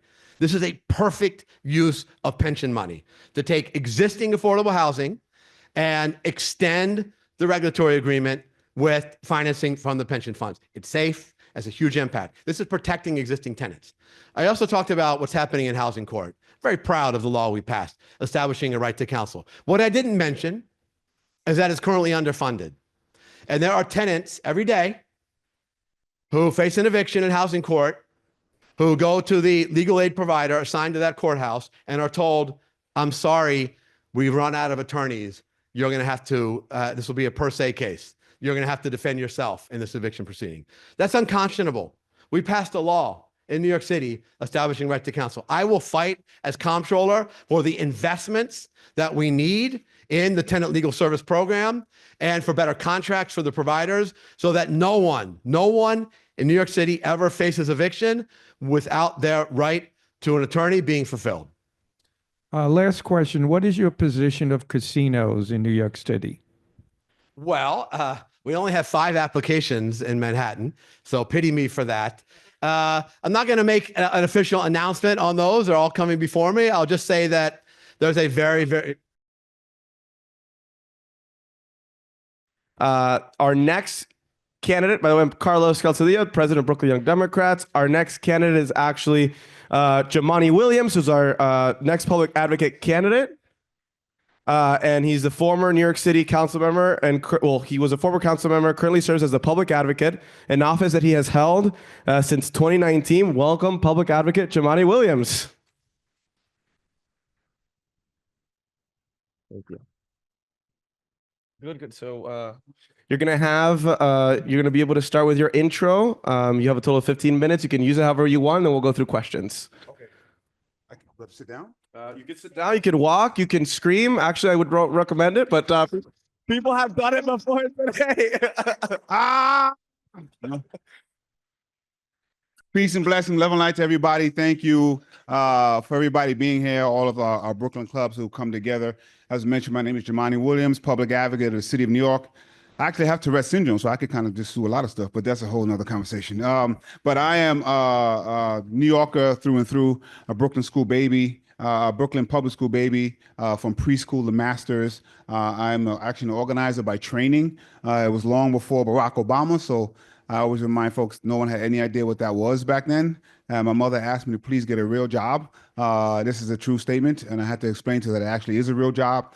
Then I ended up running for city council against an incumbent. We won, got elected, and I've been literally trying to cause as much trouble as I could since that time period. I was told I had to choose between being an elected official and being an organizer, and the work I did as an activist. I said, I don't think so. The best elected officials are actually organizers and activists, in my opinion. So it was important to me to show that you can do the politics the way I wanted to do it and be productive. So in the public advocate's office, I'm very proud of the productivity of that office.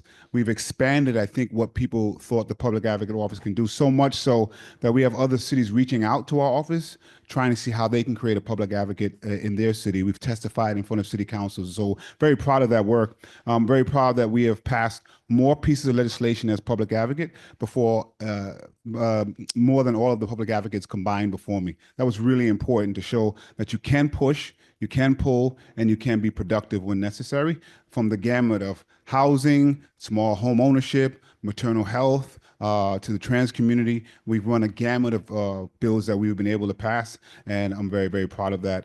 You have to be able to work with elected officials and be able to get things done. And you have to be able to raise public awareness of things as well. I will close by saying where we are right now is a perfect time to show when you have to work with folks and when you have to call them out. And if you are you're running for public advocate and you cannot clearly delineate that Mayor Eric Adams right now is more of an assistant to Donald Trump than a mayor of the city of New York, this is probably not the role for you. And so you have to be able to do all of those things at the same time. Push, pull, and be productive. I think it's a good combination of what we've been able to bring to the office. Thank you so much for the support I received in the room and other races, even some of the wild ones I did. And I would love to have that support again for the next 4 years. Thank you. The first question. A performance that's actually worthy of clapping today. So you might be familiar with this, but the Public Advocate's Office has a citywide bully pulpit. On which top issues do you plan to focus your advocacy? Thank you for bringing that. It's important to talk about the bully pulpit because the way you use that, some people call it publicity stunts, but others call it getting attention to things that may not be relevant to some folks or people who don't think it's relevant.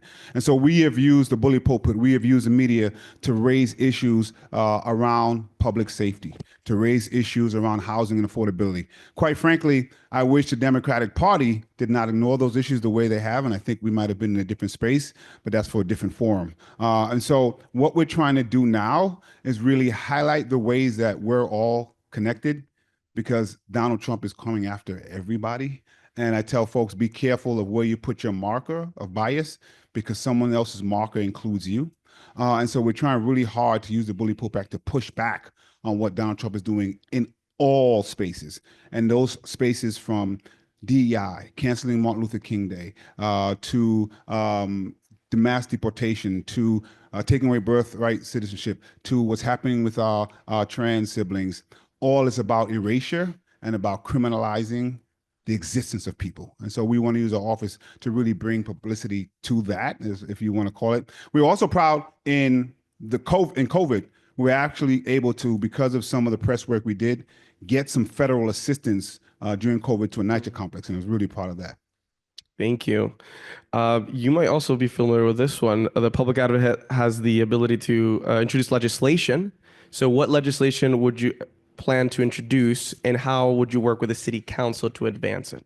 This is where it's very tricky. And so you have to be able to work with your colleagues in government, and you have to be able to push when things are not going well. That's a very delicate dance, but you need both of those things. And I think we've shown that we can accomplish that. And so working with the city council, as I mentioned, over 30 pieces of legislation, combined, that's now about 100, just over 100 with the time in the city council. When we were in the city council, the city and state listed us as the most productive council member after the speaker, which I was proud of, because you can show that you can be the organizer and the activist and also get things done and be productive. And it's really important. Again, we highlighted some of the work we did from the racial impact study. Now, when you have a rezoning, you have to show the impact that will occur on the folks who have been living there for a very long time. We've done work around maternal health, lifted up our Black maternal health issues that we've done. We've done some work for our trans community so they can know their rights when it comes to the medical care they should be getting. That's now more important than ever. So we're going to stay on those, but we really need to push around public safety, making sure that we have safe, we have accountable, transparent law enforcement. But really, for me, I've been trying to see if we can get a better understanding in the community of what public safety is and it isn't. Our law enforcement partners have a very important role to play. But I'm going to, just if I can, ask some questions. How many people think crime is an issue? Public safety is an issue there? And how many people believe that our law enforcement have a role to play in that? And how many people think they can do it alone? And so wherever I ask those questions, those three questions are answered anywhere: Republican, Democrat, Black, white, brown. But that third question is where we're having a lot of trouble. And so what we're doing as Public Advocate is putting out platforms of how we can create public safety that supports our law enforcement, but not asking them to do everything. And not equating simply locking up as many people as possible, usually Black and brown communities, with safety, because we can't just lock up the children of the people we locked up 20 years ago and think it's going to be different, while understanding that there's real harm being committed to folks, and they have to have justice and accountability, but we have to make sure we're creating public safety in a different way. And that is something that I've been working on for my entire career. What criteria have you used and will you use as public advocate when making appointments to various governmental commissions and boards? Well, it's interesting. We do get, it's one of the powers of the public advocate, CCRB, City Planning Commission. One of the things that we don't do is tell folks how to vote. And I was appointed to the community board by Lou Fiddler. And many people remember Lou Fiddler. We didn't agree on a lot of things, but I was always proud that he never asked me to vote a particular way. And so I took that in my appointments. I try to make sure I'm appointing people that have the values I have, like Leah Gurwitch from the City Planning Commission. One of the things I want to make sure is that there are a pool of applicants from communities that don't always get that option. So for me, it's not specifically saying we have to hire or we have to appoint any one particular person, but I want to make sure there's a diverse pool. And people don't understand that's what DEI, which is not a bad word, is about. Just making sure there are qualified applicants who are women, who are Black and brown, who are immigrants, who are disabled in that pool, so that we can then pull from that pool. We've done that very, very successfully. And then we want to make sure that they have the same values I do with whatever appointment that we're making. On which city, agency, or agencies would you focus your recommendations for reform? Which tools of the public advocate office would you deploy? You know, we've done a lot of focus on a lot of agencies. I do think NYPD is a big one. I think HPD is another big one, and the Department of Education. But I have to say it's really, sometimes I don't necessarily use the word reform because, and this is just a broader macro thing, sometimes I think the system is working how it was designed. And so I don't know about reforming. We actually just need a new system. So like when it comes to public safety, and I've done a lot of work, people know around abuse of stop, question, frisk and things like that, but I notice it just comes back with another name. And so sometimes we're playing whack-a-mole. And so right now it's really trying to get in the consciousness of, okay, how, when, why do we use policing? And when do we use it? And is there accountability and transparency in it?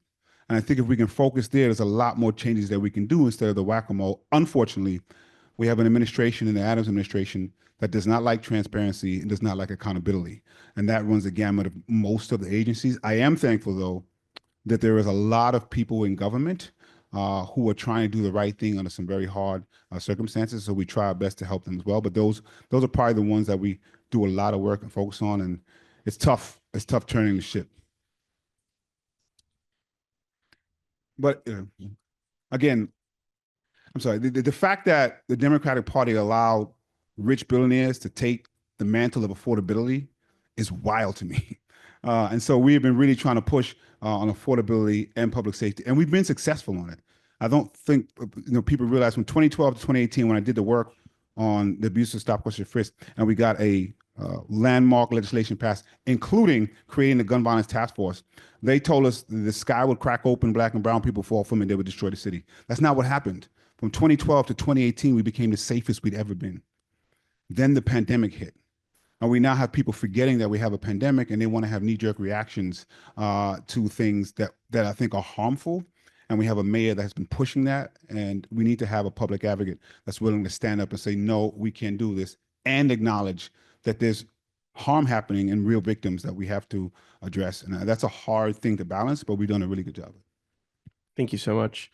Given the federal administration's focus on mass deportation and ICE collaboration, how do you plan on using the powers of the public advocate's office to protect immigrant New Yorkers? And actually, just in the news, the Daily News, it came out that apparently the mayor is rolling out a plan to allow these agents into schools if the staff feels threatened by the presence of these kids. So it just came out. I think it's very relevant to this question. And again, you have to be able to say that Eric Adams is a problem when it comes to this. If you cannot say that about the mayor right now, this is not the job for you, because we need people who are going to stand up in the dearth of that leadership and protect the most vulnerable New Yorkers. And we do not have that. And it is disappointing because I think we had an opportunity to do that. One of my proudest moments, as some people will call Some people will say publicity stunt, but one of my proudest moments was standing in front of an ambulance to stop the deportation of Ravi Ragbear when I was a council member. The reason that means a lot to me, because sometimes you don't know if the things you do have an impact. And 2 weeks ago, I'm in church and Ravi Ragbear says he got a pardon from President Biden. And if we didn't do what we did then, he would have been deported and not been in this country right now. And so that's why I say you have to use every tool possible to get in the way, whether it is getting the media, whether it is civil disobedience, whether it is getting good appointments, whether it is passing legislation, whether it is making sure you're pushing back on a mayor who doesn't want to stand up. That's the job of the public advocate. That's what we've been doing. I think that my record shows that, and that's what we want to continue doing in the next 4 years. I wish that we didn't have to continue doing what we've been doing, but we do. And I'm worried about this mayor. I'm worried about the possibility of a Cuomo mayoralty, and you'll have to have someone that has experience in pushing and pulling when necessary to protect those folks. Lastly, I want to say, and I see we're running out, but it's important because they are good at pitting communities against each other. And so I'm a Black male from the Caribbean community. I've been surprised to hear what I hear Caribbean folks saying, and I have to remind people that, yes, there's a price tag for the migrants, but that is not the reason you didn't get what you needed. That money has always been there, and you should not let the people who didn't spend that money on you blame another group of people. And so in Brazil, they have a saying when they're elected, they're authoritarian, no one let go of anyone's hands. And that's what we're leading with. We want to make sure no one is letting go of everyone's hands because we have to lead together, telling folks that the reason you don't have healthcare is not because of our Chan siblings. As a matter of fact, if we all come together, we all can get the healthcare we need. That's the type of messaging that we need and the type of leadership we need in the city. We have 3 questions, so we'll try to go through them left. How do you plan to use the oversight and investigations powers of the Public Advocate's Office to protect New Yorkers against corruption? We have tried our best with the oversight and investigation. Just to let folks know, we actually have less money than the borough presidents, which is a whole other thing. People don't know that, but I think we've done outsized work compared with what we have. The law says they have to respond to us. If they don't respond, we have to sue. And sometimes it gets a little tricky, but we will continue to use all the powers we have to call out the corruption we see. You can go on our website and see the reports that we put out that have helped expose some of the corruption. We are now trying to fight to strengthen the office, hopefully try to get some subpoena power that will help us with the oversight and the biggest investigation. But we use the bully pulpit pretty well as well to try to highlight these things. As public advocate, how would you balance the role as watchdog for the mayor while also collaborating with the administration where possible to advance the interests of New Yorkers? That is the trick. But I think we do. I've stood with the mayor, and I would stood with the mayor right now if the right thing is being done. And so when he was making announcements that made sense, you stand with him. The job of public advocate is not to be friend or foe. It's to do what's best for the city. And so you stand with elected officials, whomever they are, when they're doing the right thing, and you have to call them out when they're not. Both of those things are important. But I will say what we've been able to accomplish legislatively, what we've been able to accomplish policy-wise, things that we've been able to get funded, shows that we have the right mix of being able to work with and push against and still be productive for the residents of New York City.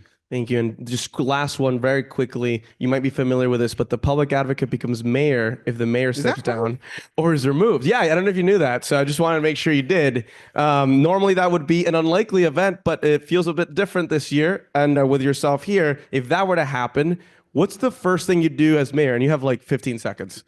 Well, no, I think many people didn't know that before. They absolutely know it now. When you're living between, you could be a mayor in a minute or never, it's very difficult. But we've talked about our plans in case that happens. It's not something we're wishing, so just so that know. But I believe one of the first things we might do is just make sure that everybody has filled out their COIB trainings and understands what they can do and what they can't do in terms of corruption in the city. Amazing. Thank you so much. Thank you, everybody. Jumaane Williams. Appreciate Thank you. Give it up for Appreciate him. Okay. Our next moderators. Thank you so much.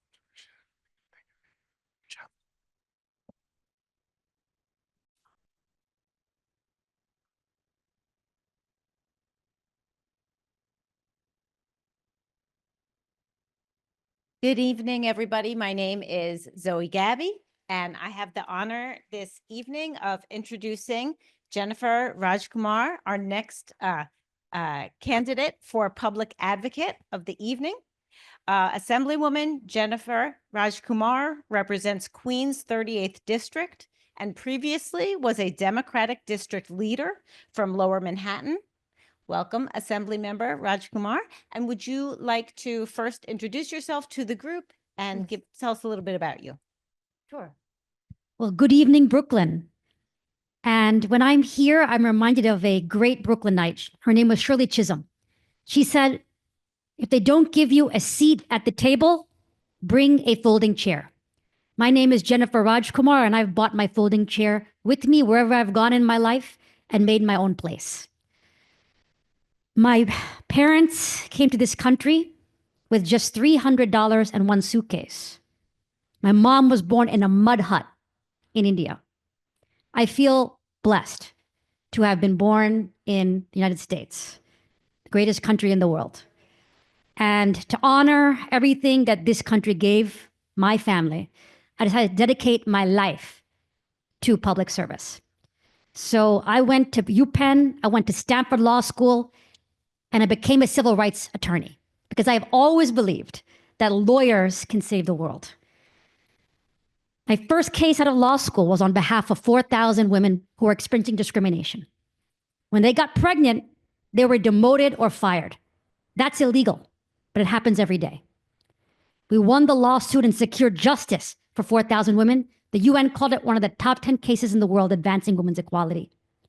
I went to work at the National Women's Law Center in DC to preserve our reproductive freedom across the country. I still cannot believe that Roe v. Wade has been overturned. I wake up sometimes and I can't believe we live in a post-Roe era. But I am ready to fight. I left to join politics. Why? Because I realized if you really want to make a difference, you need power. So I worked for the governor directing immigration for the state of New York during the first Trump era. And I said, do you want me to start my job early? Because the president had just instituted the discriminatory Muslim ban, completely unconstitutional and discriminatory. So I started the job early. We pushed back against all of this xenophobic, discriminatory policies coming from the first Trump administration. And I'm so proud to say I built a first in the nation program, $31 million, to provide legal counsel to every single immigrant in an immigration proceeding who could not afford a lawyer. That saves lives. Did you know your chance of success in an immigration proceeding increases by 14 times if you have an attorney? I was so proud to do this work. Then I returned to my roots in South Queens and did the impossible.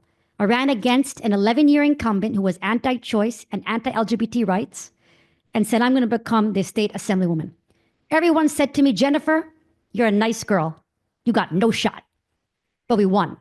And we won by the largest margin of any challenger in the state against the Democratic Party, against the establishment. And I secured victory and made history as the first South Asian American woman ever elected to a New York State office. Thank you. So I stand before you today, and I'm proud to say that my record of impossible wins has continued. In the state legislature, I gave New York City the power to close down all of these illegal smoke shops that have been endangering neighborhoods that have been a complete nuisance on every corner of this city. I said, we're going to smoke them out and shut them down. And I authored the Smoke Out Act. I'm proud to say I drove it through. The Smoke Out Act passed in the budget, and now we see all the illegal smoke shops closing. But I'm not stopping there. Now I'm working on e-bikes. Who here has almost been hit by an e-bike? A lot of hands. This is a universal problem. We got to stop it. That's why I proposed landmark legislation to make sure we regulate e-bikes. The state DMV will issue insurance and license plates and register all of these e-bikes so that we can hold them accountable and we can keep our streets safe. I'm proud to stand before you to say that I'm here to fight for results. It's not just about rhetoric for me. I love speaking at the rallies. I love speaking before you. But at the end of the day, real lives are at stake. New Yorkers are suffering. And I'm here to get results. That's what I do. That's what I live for. I live for this. And I think often of JFK, who says the life of service is a constant test of your will. But I'm willing to put the hard work in. And I'm so proud to stand before you today to say I'm running to be the next public advocate of the city of New York. And I'm here to love, care for, and empower all of the people of this city, especially the underestimated and the counted out. I'm here to make our government agencies work better. I'm here to give the people a voice. I'm here to push back against the federal administration. I'm here to work with all our leaders to make sure our city gets the support that it needs. And I have the tools and the experience and the courage to get the job done. So thank you so much for having me. And I hope to earn your support and to work with you in the trenches. Be happy to take any questions. Great, I have a bunch. So the first question that for you tonight is, the Public Advocate's Office has a citywide bully pulpit. On which top issues do you plan to focus your advocacy? Great, can I stand? Of course. Okay. Well, let's start with mental health, everybody. One reason I'm running for public advocate is because our city is in crisis. There's a loss of confidence in government. We've seen egregious violence on the subways and a mental health crisis that is spiraling out of control. Just a week ago, I introduced the Empire State of Mind Act to address our mental health crisis. It's a 20-page bill, completely comprehensive, that's going to overhaul our system at every level to make sure that we're giving people who are suffering from mental health issues and severe mental illness the support that they deserve. And what I do is I focus on all the points that they interact with institutions, where people with severe mental illness interact with hospitals, with the criminal justice system, with the shelter system, and to make sure at every step they're getting the support that they need so that they can recover, so that they can thrive. So I think that mental health often comes up in the news if there's an incident, but we have to stop waiting. We have to stop waiting for the next news story. Something needs to be done, and I'm already taking steps to address that. Then there's also quality of life issues in general. I mentioned smoke shops, e-bikes, all of the things that make daily living a little bit harder for New Yorkers. I'm going to tackle those head on so that from the moment you leave your apartment to the moment you come back, life is a little bit easier for you every day, because that makes a huge difference. Finally, a public advocate should be a strong advocate for New York City at the federal level. And I'm determined to make sure that New York City gets the resources that it needs from the federal government, no matter who's in charge, even if it's President Trump. And I'm going to make sure we mobilize the city so we can come together and fight back when our rights are threatened. What legislation do you plan to introduce, and how would you work with the city council to advance it? I've already mentioned several pieces of legislation, so I don't want to repeat them, but I will talk about a few other ones that I think are very important. There's legislation that I will back that will help New York City build faster and on budget. It's not right that so many projects like the 2nd Avenue subway take forever to get done and are significantly over budget. We must improve the process, which is why as a lawmaker, I've already passed and gotten signed legislation that will modernize the process by putting bidding online, okay, taking us into the 21st century so we can build faster. That's something that I think is going to drastically improve life in the city.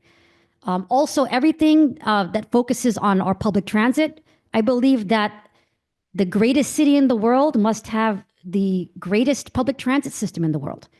But in Japan, they have a high-speed rail. I could get to Albany in 20 minutes on a high-speed rail. We are behind the ball in New York City, so you can count on me to be focused on transportation. That includes looking at the MTA. Okay, where does all the money go? I think we all need to find the answer to that question. Those are some of the issues that I'll be focusing on. Great. What criteria will you use as public advocate when making appointments to various government commissions and boards? I look for people that really care. Okay, some of them I met in the room today. They approached me. And you can tell by the way they talk about an issue that they live and they breathe it. They care from here. You'll make the effort to come out and you'll still be sitting in the chairs at 9 p.m. at night because you care so much. That's the life I lead too. You can call me at 11 p.m. You can text me anytime because I live for this. You live for this. That's why you're here. That's what I'm going to look for, number one, that they care, they're committed, they're passionate. And it's not just about them, that it's about the city. It's about community. So that's the number one thing that I'm going to look for. Okay. On which city agency or agencies would you focus your recommendations for reform, and which tools of the public advocate's office would you deploy? Well, I'm glad you put the plural, agencies, because there's more than one agency that I'm going to look at. First, let's start with NYCHA. Okay, a history, years of corruption and mismanagement. It must end today. Repairs on NYCHA apartments. Repairs don't get made. I've been up and down NYCHA buildings. It's not right that people have to live in conditions and have to wait for these repairs. The people I know who live in NYCHA complexes, they have all the potential in the world. I literally have met young people that have the gifts and the talents to do anything. They must live in decent conditions. Okay, NYCHA must remain public as well. But then let's move on. I mentioned the MTA, okay, state controlled, a little bit of city control. All New Yorkers want to know, why is our transit system like it is, and where does all of the money go? Why are more than half of subway stations not even accessible? Okay, this is not acceptable. So definitely the MTA is going to be one of the main agencies that I look at, but also the DOT. Okay, I mentioned that we have a e-bike problem that is out of control. Okay, so I want to secure information from the DOT, figure out what data they're collecting on this issue of e-bike collisions that are a problem on our streets. And then also the NYPD. Okay, there have been reports of rampant corruption in the NYPD. I think it's very important that that is looked into and that we demand the highest standards of integrity from law enforcement, who are brave people. They put their lives on the line for us every day. They have my full support. But we do have to make sure that that agency, we root out any hint of corruption that's in the NYPD. Lastly, I need to add Department of Education. The reason I have to add it is because education is the reason I'm standing here. It opens every single door. So I want to make sure that there's enough seats in the summer youth employment program for all the kids who want it. Okay, because there have been reports of kids not being able to access this critical life-changing program. I'm going to make sure there's an air conditioner in every school gym, okay, so that kids can actually learn. I've been already very actively involved in expanding food options in school cafeterias so that people from all cultures have food that they can eat. And I support initiatives like New York Reads, okay, which is changing our reading system. 72% of Black and Latino kids are not reading proficient in this city. That has to change. And you're going to have my full advocacy to make sure that that happens. Okay. I'm going to jump ahead a little bit. So as public advocate, how would you balance the role as a watchdog for the mayor while also collaborating with the administration where possible to advance the interests of New Yorkers? Thank you. 1 minute remaining. Only 1 minute for this? Yeah. Okay.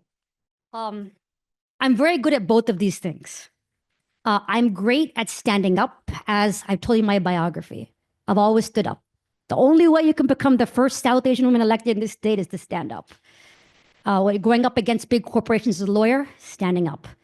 But I'm also very good at working together because it's very easy to throw stones. But real change happens by getting along. That's why I have a very good relationship with the mayor of this city. I've gotten his support to drive through big initiatives that no one thought would be possible. Diwali is a city school holiday now because I got the support of the governor, the mayor, and all stakeholders to make the impossible happen. So I'm an expert collaborator, and the current public advocate is known for throwing stones. Throwing stones is fun. I could say I hate the mayor right now and make news. Okay, but have I helped anybody? No, I have not. I've made a news story, but I've not done any good for New Yorkers. I'm here to help people, not just to shout and scream. Thank you. Can I do one more? Just one more question, real quick. Okay, so one specifically for you, why did you switch from running from controller to public advocate? I launched my Comptroller campaign many months ago. Then something happened. We lost in November, and we lost big. And so something else happened.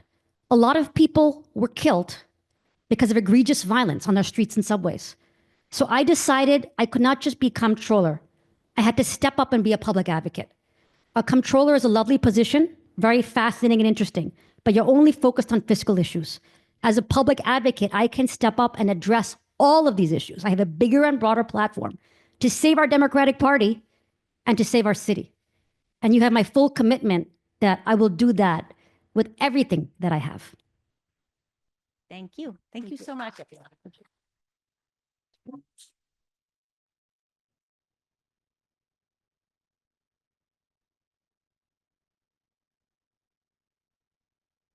Okay, I am back up, and hopefully with a little less interruption and or maybe a little more fireworks, it could be entertaining. Our last candidate of the evening is Senator Kevin Parker, who serves as the chairman of the Committee on Energy and Telecommunications. Senator Parker, welcome.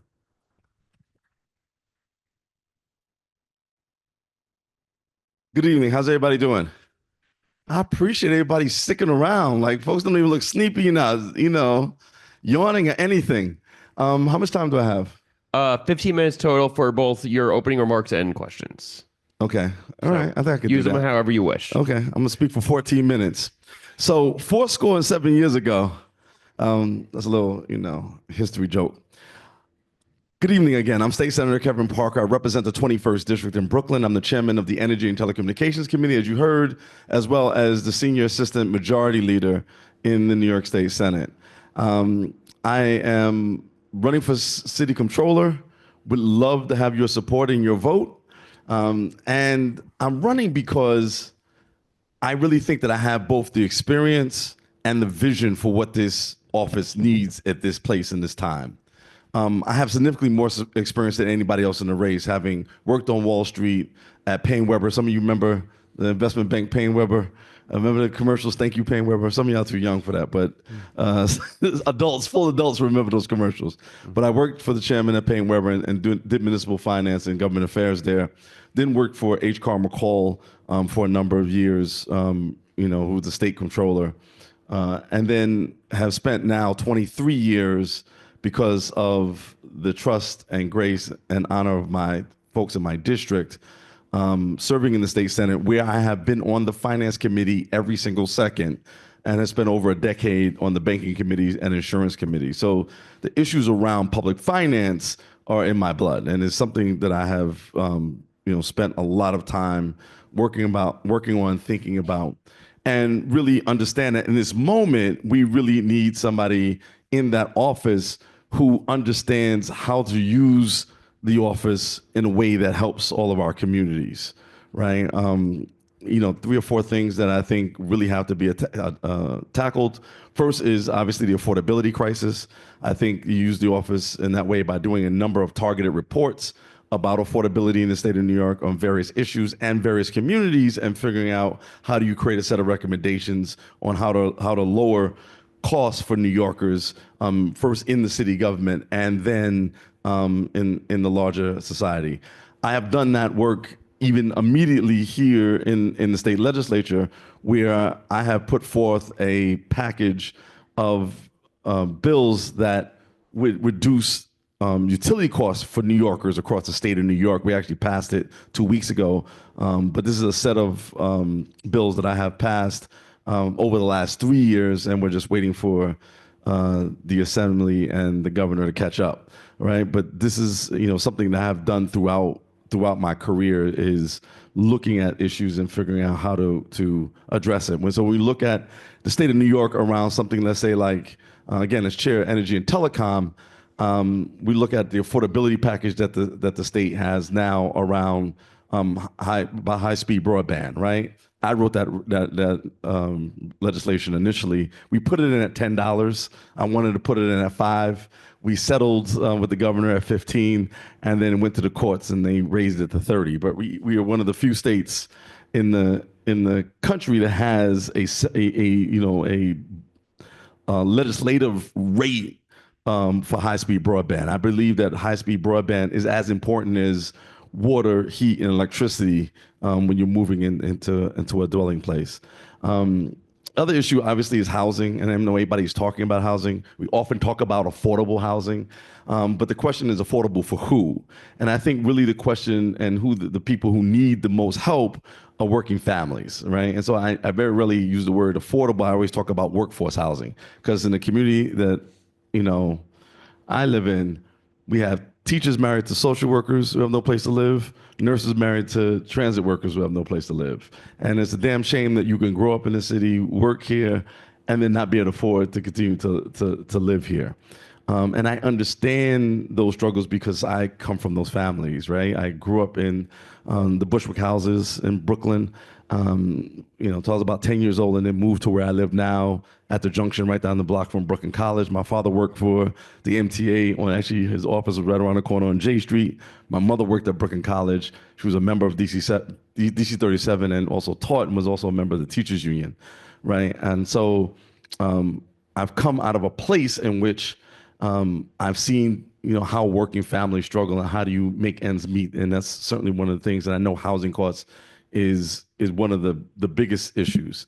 And then the last one is really about creating full-time jobs at a living wage with benefits, right? And we have to move our economy from Wall Street to Main Street, right? And we really do that by helping entrepreneurs, particularly Black, Latino, and Asian ones. And we really have to make sure that we have a robust MWBE program that gives everybody an opportunity to be involved in the economy that we have here. New York is the third largest budget in the entire country, right? After the federal government, the state of California, and the state of New York, right? And then we're contracting out over, $20-30 billion every single year. And so it's really important that we make sure that every segment of our society has access to, because we know that when we put a woman into business and she's contracting with the city or the state, what does she do? She hires other women for those businesses. And we understand that the largest percentage of child poverty actually has to do with the connection between that mother and those children, right? And so we really have to make sure that folks in the margins of our society are getting access just to the economic opportunities that are already existing in our communities. And so I'm looking forward to earning your vote through this campaign process, getting your endorsement, and working to make sure that every single New Yorker has an opportunity to live, love, and thrive in our great city. Thank you so much. Thank you. So kick things off. As comptroller, what would be your first audit? Oh, that's a good one. So similar to what you heard Jenifer talk about NYCHA. I think all of us who are state legislators, the frustrating thing about NYCHA, and again, I grew up in NYCHA in 360 Bushwick Avenue, right, is that people really don't realize that most of the NYCHA buildings are actually federal buildings, right? And so people come to the state and they say, "Oh, you have to put billions of dollars in it," and we don't own it, nor do we actually manage it. Right? And John, I know we've put hundreds of millions of dollars into NYCHA, and then it's almost like a sinkhole. Like you give them the money, and then you have very little recourse to even make sure that the money is used in the right way. So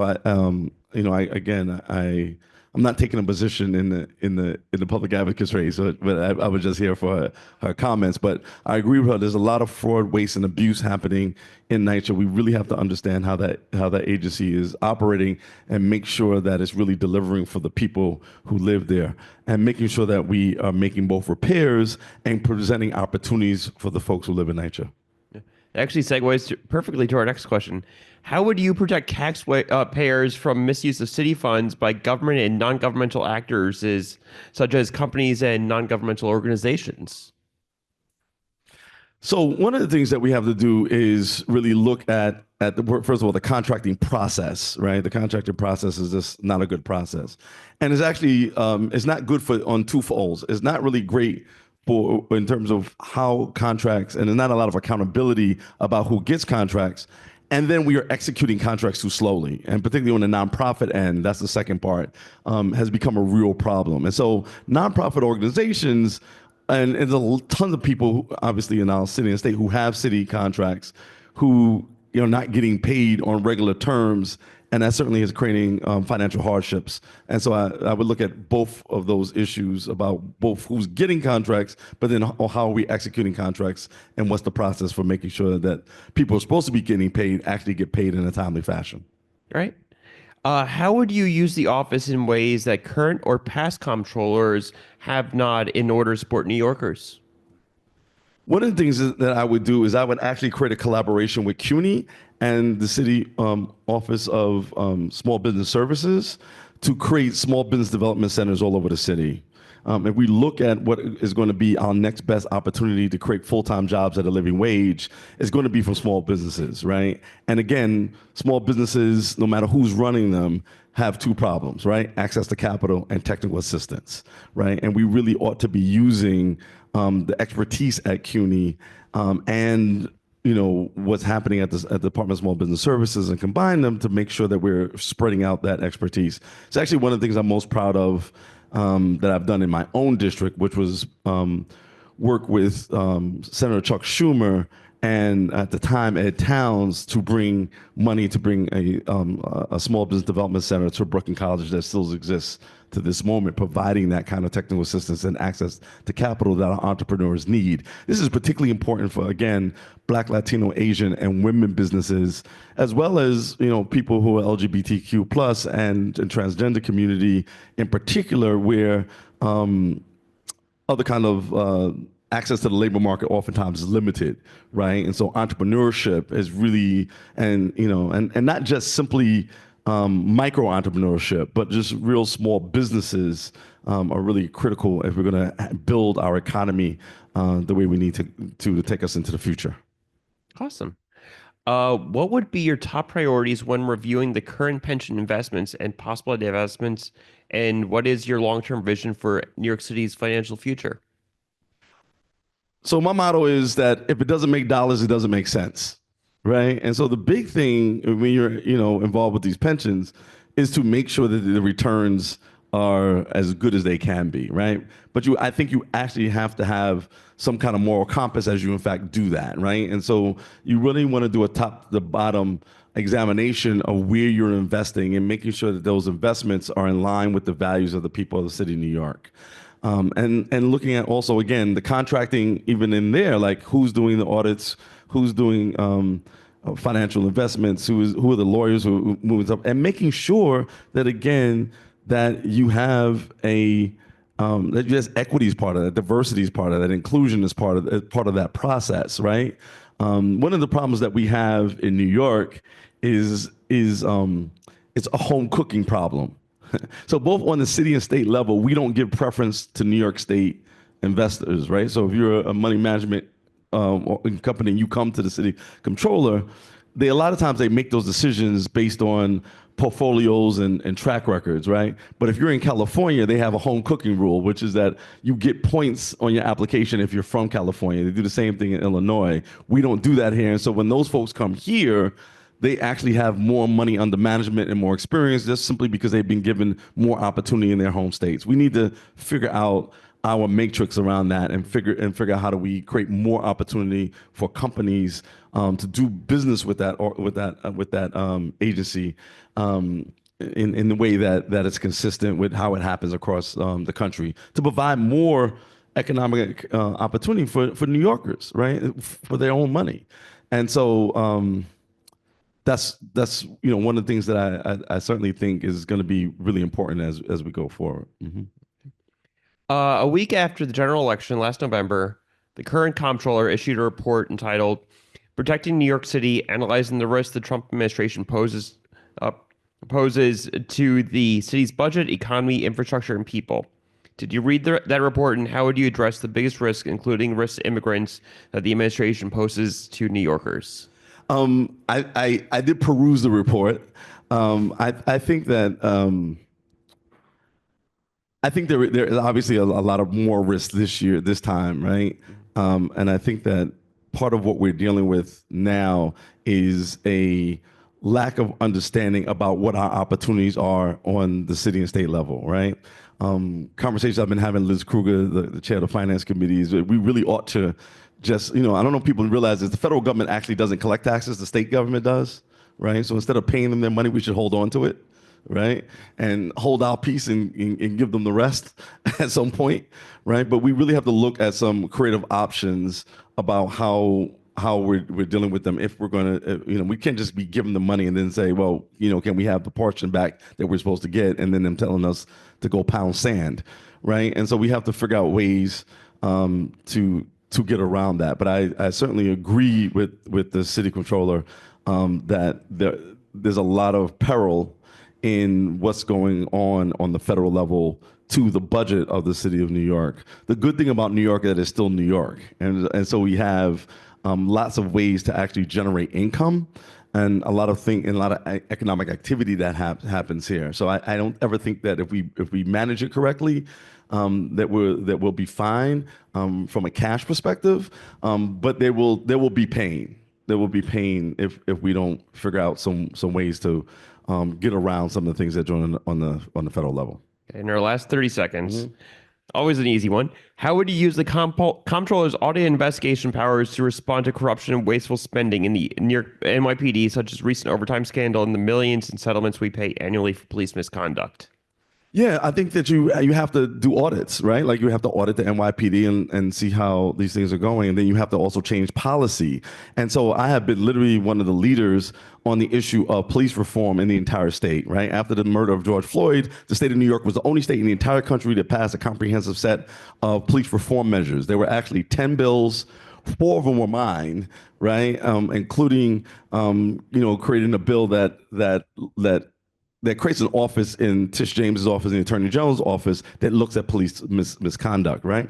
And so we need to continue to do that work. I have 2 other bills that I'm hoping that we get passed. Actually, 3. I have a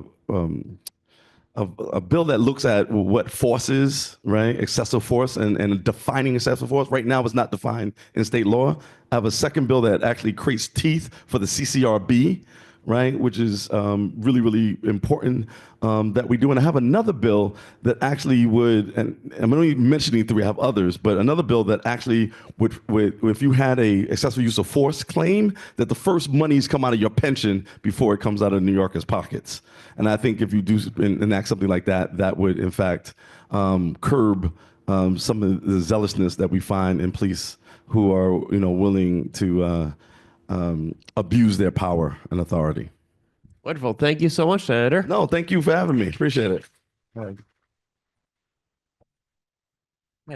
With that is our evening. Thank you all so much for coming. Thank you for all of the clubs here. Thank you for the entertainment we had. And also, of course, a huge shout out to Brooklyn Law School for their hospitality, their staff, letting us use this space. They've just been complete menches. Thank you, everyone, and have a safe evening.